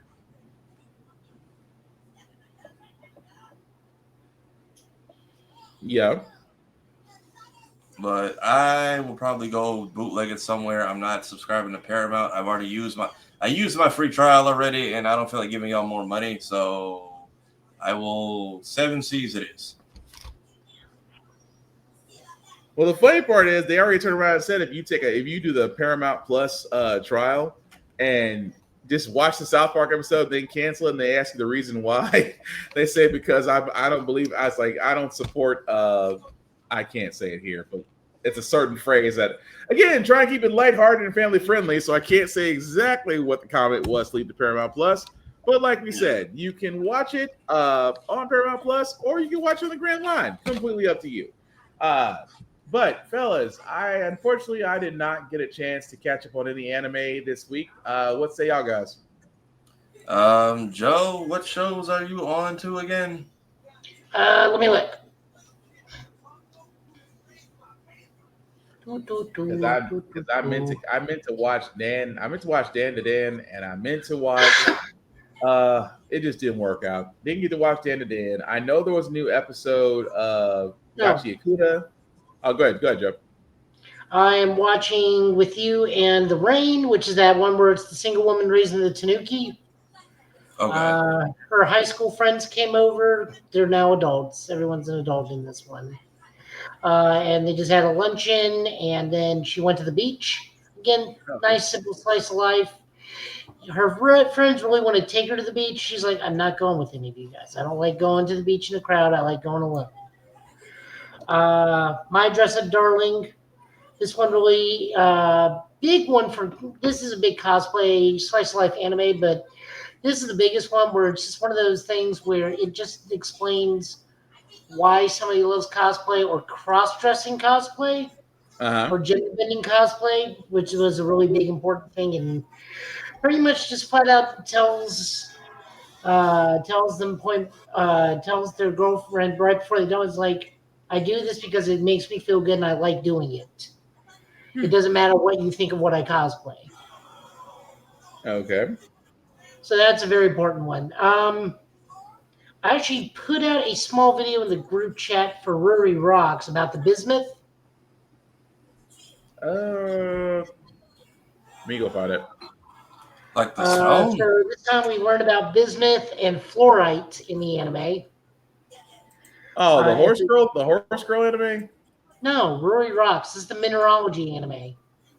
I gotta go looking. You say bismuth and stuff. My mind immediately goes Steven Universe, but that's because that show has taught me so much about rocks and gems. This one also teaches you about actual mineralogy.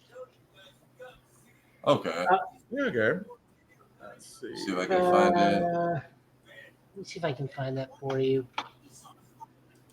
I got it. Oh, you got it? Yeah, I got it. Give me a second. Yep. And then the other one I am watching Secrets of the Silent Witch, which again is just Bochi the Rock, but what if she was a sorceress with horrible anxiety issues? Okay, I got it.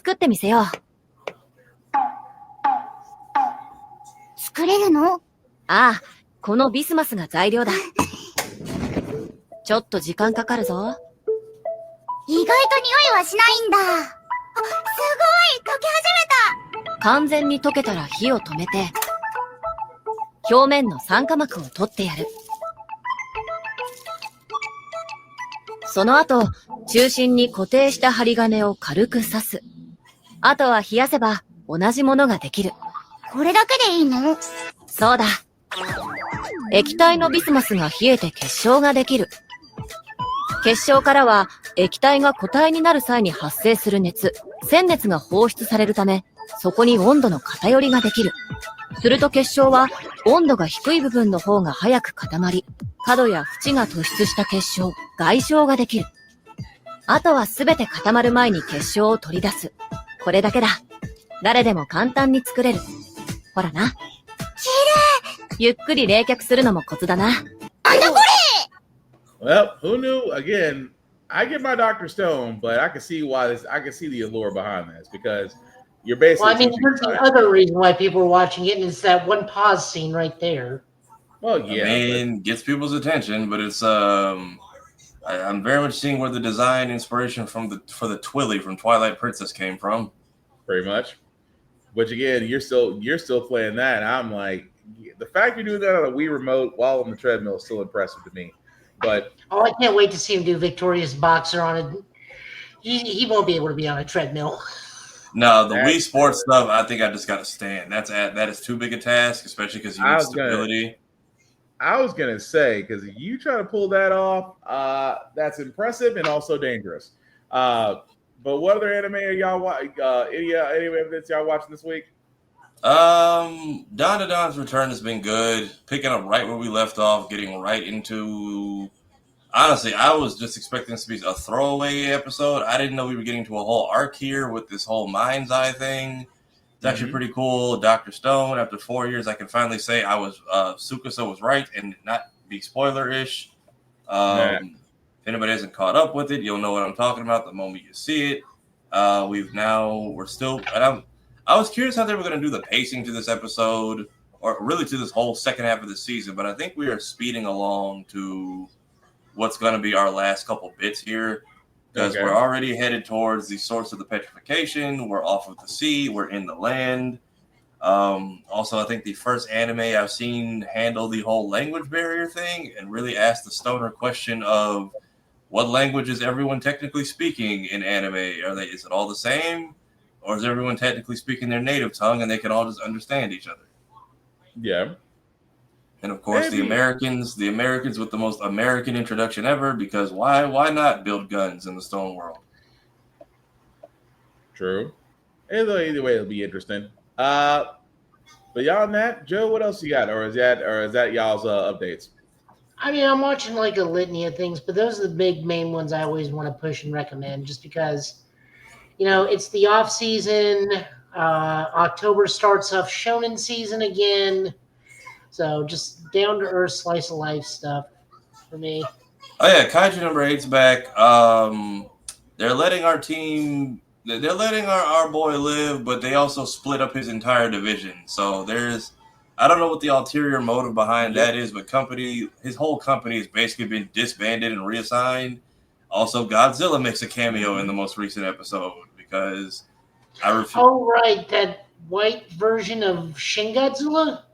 Hold on. Let me see if I can pull it up. It is. I want to say. I don't know if it was white, but I want to say this is straight up Godzilla. Like, I'm guessing every series is celebrating the anniversary this year by doing some kind of cameo. I still got to catch that. That's the second episode. I haven't watched that yet. Yeah, they gave you the OVA special that they tried to trick you into going into theaters for, which it's just the captain's day off. Yeah, that was the only thing about it, and yeah, in this episode was where they pick up from there. I gotta catch up because there's so much I didn't get to, but life be lifing. But outside of that, because I was checking to see if there's any more San Diego Comic-Con news that came out. Amazon Prime did announce a Wolfenstein as a television series. That's gonna be interesting because the game Wolfenstein and of course the new Colossus and I'm forgetting the second one and Youngblood. Those are actually good first-person shooters. So I'm gonna be curious to see how they're gonna tell a Nazi killing story. Well, I mean, basically you take the man in the high castle and give it bullets, but it'll be interesting to see that. But yeah. So far, like I said, news that comes out during San Diego Comic-Con, we will try to cover as much as we can. But hey, it just actually started kicking into high gear. More than likely, news will be coming out Saturday, Sunday, and more than likely Monday. I hope it does well too, but we'll see. But any news, guys, before we get to comics? That is it for me. I'm not seeing anything scroll in my timeline. Joe? You up for comics? Yeah, I'm good. All right.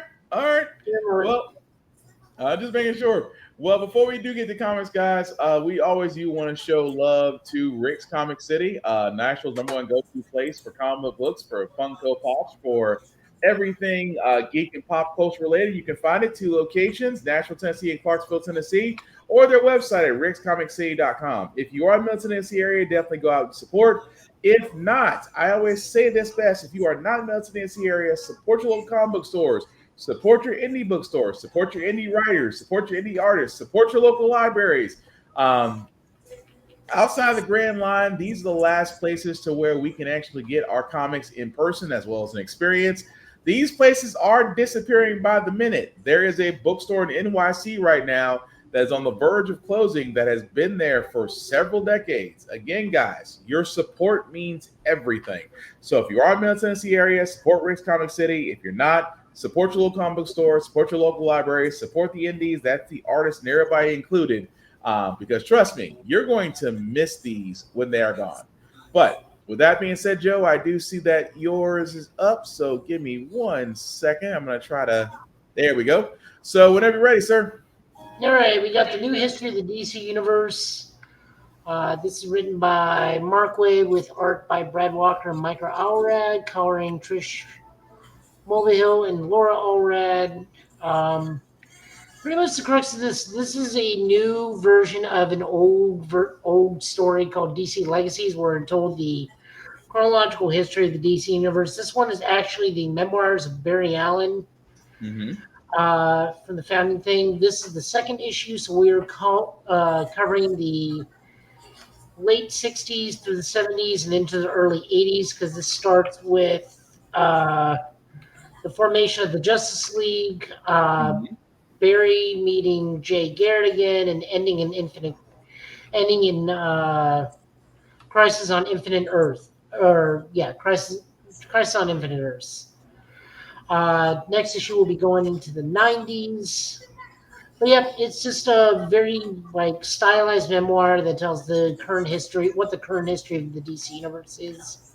Also, as we are into a new era of DC, the Knockout Universe. Yeah. Or not. Also, if you Also, if you are new to DC, this is actually a good way to kind of get ramped up. Yeah. So if you are new to DC characters and all, this is pretty much your Encyclopedia Britannica, but easier to read.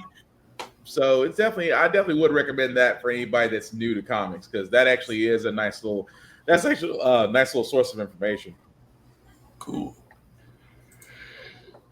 Next up, we got Absolute Wonder Woman number 10. This is written by Kelly Thompson, art by Hayden Sherman. Colors is Jordi Belair. Wonder Woman is still in the actual labyrinth, trapped with the Minotaur, Ferdinand, and Ferdinand's charge, whose name escapes me at the moment. Ferdinand just has to sacrifice himself to the dwellers of the labyrinth in order for Wonder Woman and his little friend to escape. Wonder Woman doubles back around and faces the citizens or the army of the labyrinth, while we also get a peek at Tiny Diana trapped in Tartarus in war armor facing a giant jaguar god. Yeah. Again, Absolute Wonder Woman just amazes me to no end on how fun and good it is. This one, it's a lot. I mean, I understand there's going to be some highs and lows. This was more of a low for me on this one, but he's taking the stand, woman stance. It just, like I said, it was a low one. I still say you should still read it for continuity, but it was a low one for me. Next up, we got Green Lantern number 25. This is written by Jeremy Adams. Artist and cover artist is Romenico. Colors is Romulo Fernando Jr. Pretty much we get the core of light versus the core of new emotions. This is the start of the new emotion war. How and everybody need to reactivate the new lanterns, so that way the the light of the emotional core, the original emotional core, can come back into existence and can use their rings again. But the new emotional core of like fury and sorrow and other things are trying to prevent this from happening. Also, we learned now that Kyle can become a White Lantern, but it's kind of like him going Super Saiyan now. Mm-hmm. They also visit Gem World, so we get to see Amethyst, and they officially named the Predator Henry. Although I do love the fact that Guy Gardner said this was a bad plan the entire time, and then yet at the same time, I was right. This is gonna bite us in the ass. Oh, I love it so much. But it's Guy. Next up, we are taking a peek back at Superman. Superman number 28. This is written by Josh Williamson with art by Dan Mora, colors by Alejandro Sanchez. This is one of the big parts of the new continuity where more likely Knockout is going to take place in, because we are still citizens of the Dark Side universe, which is the Absolute universe, which is the Legion of Superheroes invades the main universe and tries to take on Superman. But Superman is saved by the Time Trapper, who is currently Doomsday. Yep. Meanwhile, Saturn Girl gets into Superman's mind and shows him a horrible, horrible fate for everybody as a result of it. But pretty soon, things are going to come to a head. Superman versus the Darkseid Legion. It's an interesting story because, again, this is the first time you've actually seen Superman. Well, he was ready to kill him. I mean, that and the fact that Darkseid's taking a more cerebral approach. So I do like this story. I do like where they're going with this, and this, like you said, it's probably going to lead into the Knockout universe. But it's a good read. I did like this one. Yep. Heading over to Marvel, we have Godzilla Destroys the Marvel Universe. This is written by Jerry Dugan with art by Xavier Goran and colors by Jesus Arbatov and Andrew Dalhouse. Mole Man accidentally wakes up Godzilla, and everybody has to deal with it. Pretty much. That's the crux of this. I love the facial expressions on all these characters they got for this artist, or this artist is giving everybody, because God, when they're out of their depth, they really look like it in their face. Like, I have no idea what to do now. Mm-hmm. Especially Captain America somehow reflecting Godzilla's gamma beam back into him using just his shield. I guess vibranium beats radioactive blast. Right? Wait. Vibranium reflects gamma radiation? Potentially, I'm not 100%. No, it's supposed to absorb it, because that's why T'Challa's Hulkbuster always works and Tony's never does. I guess so. I guess that's the one thing I can think of. Vibranium can reflect gamma radiation, which you think the Hulk would beat. Never mind. Go ahead. No, every time T'Challa faces Hulk in the gamma in the Wakandan Hulkbuster, he wins. No, I'm talking more like the Hulk going against Godzilla. Isn't that kind of just one force feeding another? Well, there was the excellent Thor one that we didn't get to cover. That one was excellent because they just fought all through all of time and eternity. Yeah. This one, it's just everybody's in over their death all because of Mole Man, and it is hilarious. Pretty much. Next up, we got Emma Frost, White Crane #2. This is written by Amy Chu, art by Andrea DeVito, and colors by Antonio Flavia. Emma just kind of goes on a mini world tour to go find out who the spy is that allowed the X-Men to breach the Hellfire event that installed mutants. Mm-hmm. She's in London, although with the way the story's written, it's very obvious who the traitor is. It was fine for me, but then again, I know the history enough. Yeah, if you're an Emma Frost fan, you're gonna like it. That's about the best way I can put that. Well, it's not even being an Emma Frost fan. If you're only like a classic X-Men fan with a little bit more intrigue, you'll enjoy it. Fair point. That's fair. Next up, we got Imperial. Number 2, this is written by Jonathan Hickman. Art by Evan Colio and Federico Vincentini. Colors is Federico Blee. Where to go on this one? Shuri doesn't know about the assassination thing. The Wakandan Empire tries to invade, and unfortunately for T'Challa, Hulk and Braun are there waiting for him. Mm-hmm. And then the Skrulls attack. I love how Shuri pointed out to both Star-Lord and Nova, how did y'all think this was us when it was fairly obvious we've been set up? Oh no, I like where they like. It's like, how did you think this is us? We have evidence. Show me the evidence. That part, it was like, and then you're like, oh wait, no. These are the transactions our empire has made. What the hell's going on? Right. But it was interesting how Shuri just literally cleared that up in 5 minutes. But again, one of the smartest people in the MCU. But go ahead. She's still the most aggro of the Black Panthers. Yeah. We got Dr. Aphra number 2. This is written by Cherish Chen, art by Gabriel Guzman, and art by Mike Ayleth. We wrap up the adventures with Luke Skywalker, who Dr. Aphra in this issue is just basically coasting on Luke's rank and name to solve the mystery and mission they're currently on. And then we find out that I guess every 2 episodes she's going to have a different partner, because next issue she's teaming up with Han Solo. Oh Lord, that's hilarious. That can't go wrong. I'm sorry, that was crappy. I'm sorry. That'll go immediately wrong. That's gonna go left quick, but it's interesting. Like I said, the fact that Luke is seeing so much faith in this one character, it's almost like it's almost one side to the point like, Luke, you're believing the Force just a little too much, but still, it's an interesting read. Yeah, I do like post Jedi era stuff right before the other stuff happened, right before the new prequel happened. Yeah. We got Silverhawks number 5. This is written by Ed Brisson with art by George Kambatis and colors also by George Kambatis.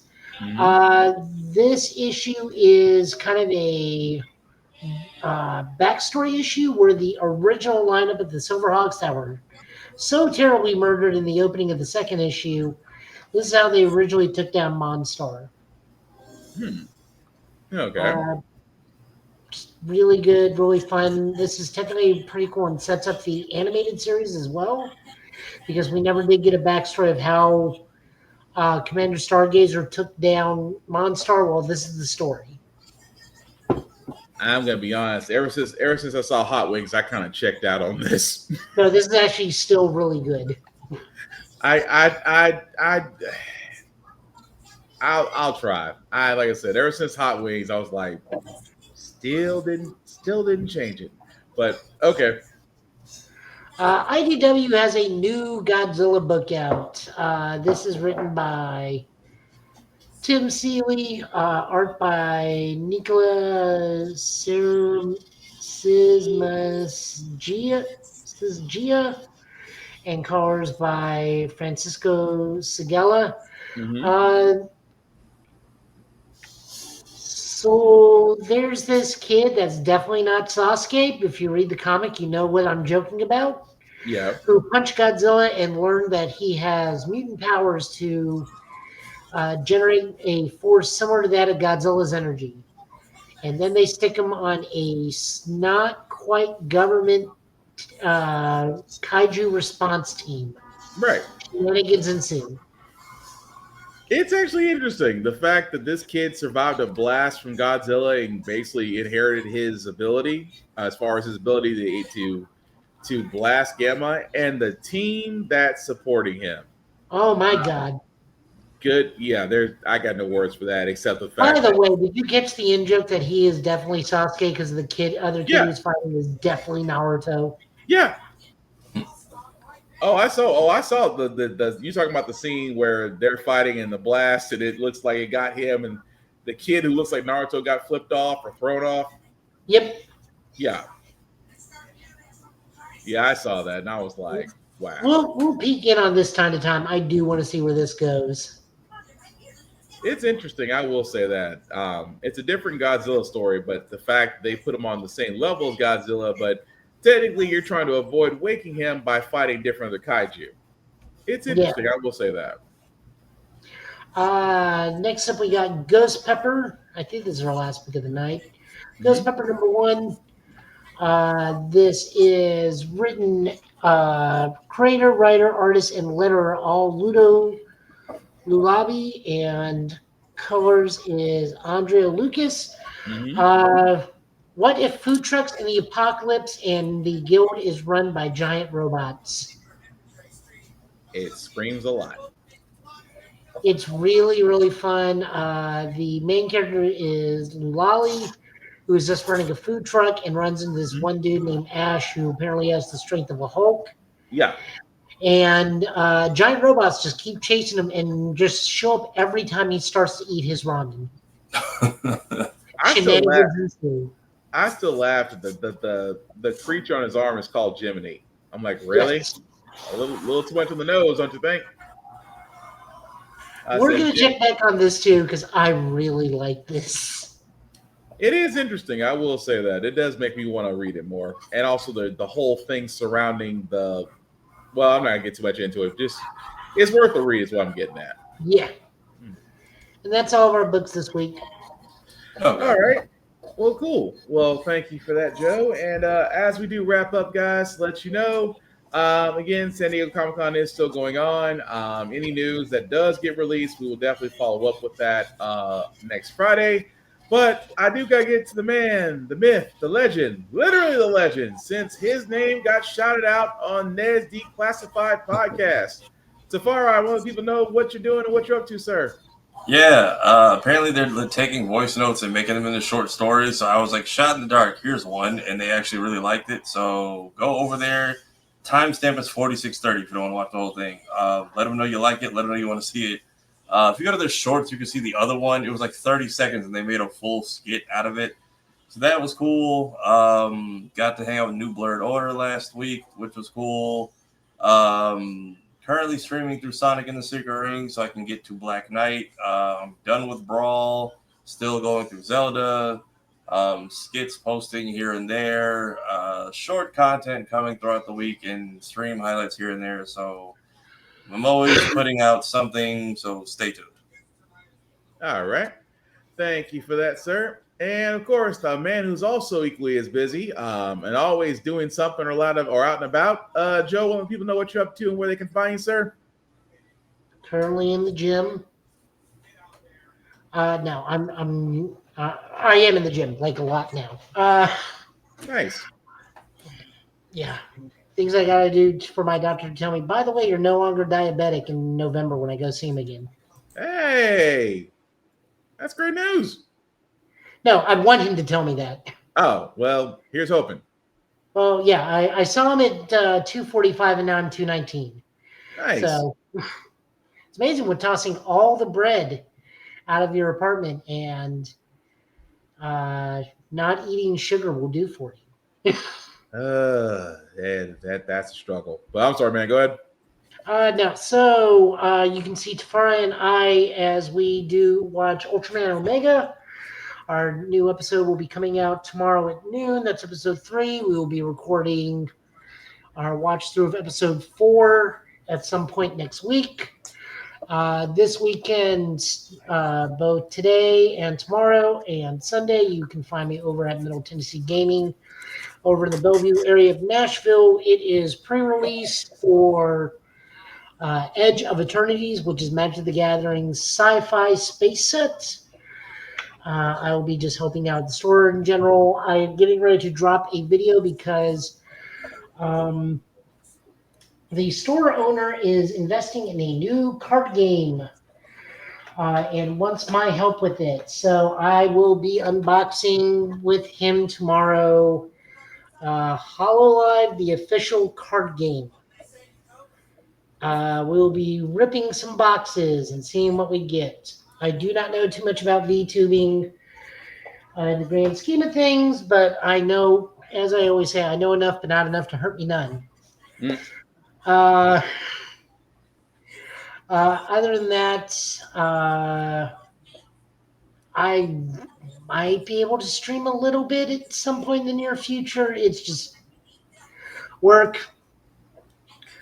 and API events and movie events and or going to the movies now or just going out and living life. I think the Clarksville Comic-Con is next weekend. Yes, it is. So shout out to Shadow because I know he is a cosplay guest at the Clarksville Comic-Con. Mm-hmm. So I may pop up there Saturday just to see him. Because that's 20 minutes closer to me now since I live in Midtown. Nice. Other than that, no, you'll find me here. All right. Well, we'd like to have you here. I mean, you are a part of our group, so we're always happy to have you Whether here. I'm awake or not. Hanging in there. You hang in there. Hey, you hang in there. That's always that matters. So it's my fault I'm a little bit sleepy tonight because I went to bed at inadvertently went to bed at 1 a.m. and then got up as I usually do at 6 a.m. Oh, wow. Jesus. That'll do it. Right, that'll definitely do it. Well, before I do get to myself, shameless plugging as usual. Shout out to APR TV. Why? Because you can see the Give It podcast on APR TV. Check them out on the Roku channel or Amazon Fire TV app at APR TV, where you can stream it on all your smart devices. And speaking of other smart devices you can stream on, Blur Station. Definitely check out blurstation.com. Basically, it is a site with our viewership, our content, and most importantly, our dollars should be going to. $10.99 a month to stream Blur Station. Hit the join now button, select the Blur's Eye View Affinity membership, and anybody there, you can definitely select. We would certainly appreciate it. Again, we keep asking, we keep saying we need avenues, we need tables to where our things can be shown, and Blur Station definitely is it. So definitely jump on that as you get the chance, definitely at blurstation.com. As for yours truly, guys, please support the GB podcast on all socials, Facebook, YouTube, TikTok. Much like NPR, we cannot do any of this without your support. So like, share, and subscribe. Ask myself, Black_Spartan615 on the socials. Like and follow me there. Just don't be weird. I don't want to get in the habit of blocking people. At the same time, guys, it is the weekend. I understand you want to drink, you want to go hang out with friends, all of the above. Keep in mind, guys, when you're out and about, please make smart decisions. Nobody wants to be in jail over the weekend. Nobody. Please make smart decisions. Just as Joe had pointed out, con's still going on. Check out Safari TV for all the how-to videos from beginning to end. I simply have 3 simple rules. Number 1, respect the cosplayer at all times. Cosplay is not consent. Please treat people like human beings. It's not that freaking hard. Number 2, wash your ass. There is still a high cases of COVID and other diseases out there. Again, guys, especially if you're going to cons, please protect yourself. Please wash your ass, use deodorant, wear clean clothes, take precautions. There is nothing wrong wearing a mask out in public because, like I said, we haven't nicked COVID yet. So if you do feel the need to protect yourself, please do so. But at the same time, hygiene is not that freaking hard. And the number 3 rule is the same rule that I have for myself, that I have for everybody else. Be nice, be kind. Talk, share, and discuss. You can debate your fandoms. You can discuss your fandoms. But don't make it toxic. Don't be negative. Not everybody's an expert and nobody gets it right. Talk and share your fandoms. Have fun with it. Don't be a dick, and we'll all be cool. Outside of that, guys, please don't doom scroll. I know a lot of stuff is going on right now. We hope the last 2 hours we were able to distract you a little bit. But hey, don't doom scroll. Go outside. Enjoy the weather. You know, if you're going to go out in the sun, please hydrate because the sun is trying to kill us. At the same time, guys, check on your friends, text or call. Go out there and enjoy life. Enjoy the environment. Go do something that makes you happy or something you've never done before. But either way, get out there, protect your peace, and also check on your friends. That being said, we will be back here, same Get Bit time, same Get Bit channel next Friday with probably more news for San Diego Comic Con because we are expecting bigger news to be released. If not tonight, probably Saturday or Sunday, because I think the Hall H panel, which is usually Marvel Disney, I think that's Saturday, if I'm not mistaken. But again, we'll find out as more news comes out. And like we said, guys, at the same time, please support Tafari TV, Show Guy Joe, Black_Spartan. Please support Geek by Heart because again, Lainey does do Lainey and her husband Jay do reviews, do trailer reactions. Lainey herself, I think tomorrow will be back on the Legend of Zelda Breath of the Wild. Lainey, if you're please watching, please let me know if I'm correct about that. She is still streaming Breath of the Wild. I think her next streaming is tomorrow at Geek by Heart. Definitely check her out there. Also, check out Kira at Roomful of Blurs, as she will be returning back very soon with her show after a nice little break. Her and Navy Montel will be back on there. Also, check out Blurred's Eye View. We are still on hiatus till August, but shows and clips are still coming out on a weekly basis. Definitely check out Blurred's Eye View on YouTube. Also, check out BlurredCon Speaks on YouTube. Check out Mayhem Media on YouTube. And I forgot Whoopty. I apologize. I should know your IG handle. I keep on wanting to call you something else, but I promise I'll get it right. Fresh Pressed by Z is her. Fresh. Thank you. Fresh Pressed by Z. Whoopty would kick my butt because I'm trying to shout out everybody because it's all about support. So with that being said, guys, like we said, have fun, protect your peace. Guys, any last words we call tonight? Go see Fantastic Four. Yes. Definitely go see Fantastic Four. What are you going to say, Joe? That was such a weird thing in Fantastic Four. I'm not sure it was entirely a promotion for the Naked Gun, but Liam Neeson had one of those like fireside chats about making sure people go see comedies because the comedy movie genre is in great danger of going extinct in the film industry because no one sees comedies anymore. Wait till Spaceballs. Yeah. Wait till Spaceballs. That's gonna get revived. That's gonna get revived back really quick. But yes, if you are planning to go see Fantastic Four, I hope you enjoy it. Again, don't spoil it. Don't be that kind of guy for everybody. But just say if you like it or if you didn't like it. But again, leave it at that. Give everybody a chance. But that being said, I've been Will. He's been Tafari. He's been Joe. This has been the Give It Podcast for tonight, guys. Thank you all for watching. Please take care of yourselves and each other. And try not to die out in the sun. Please hydrate. Have a good night, guys. Peace.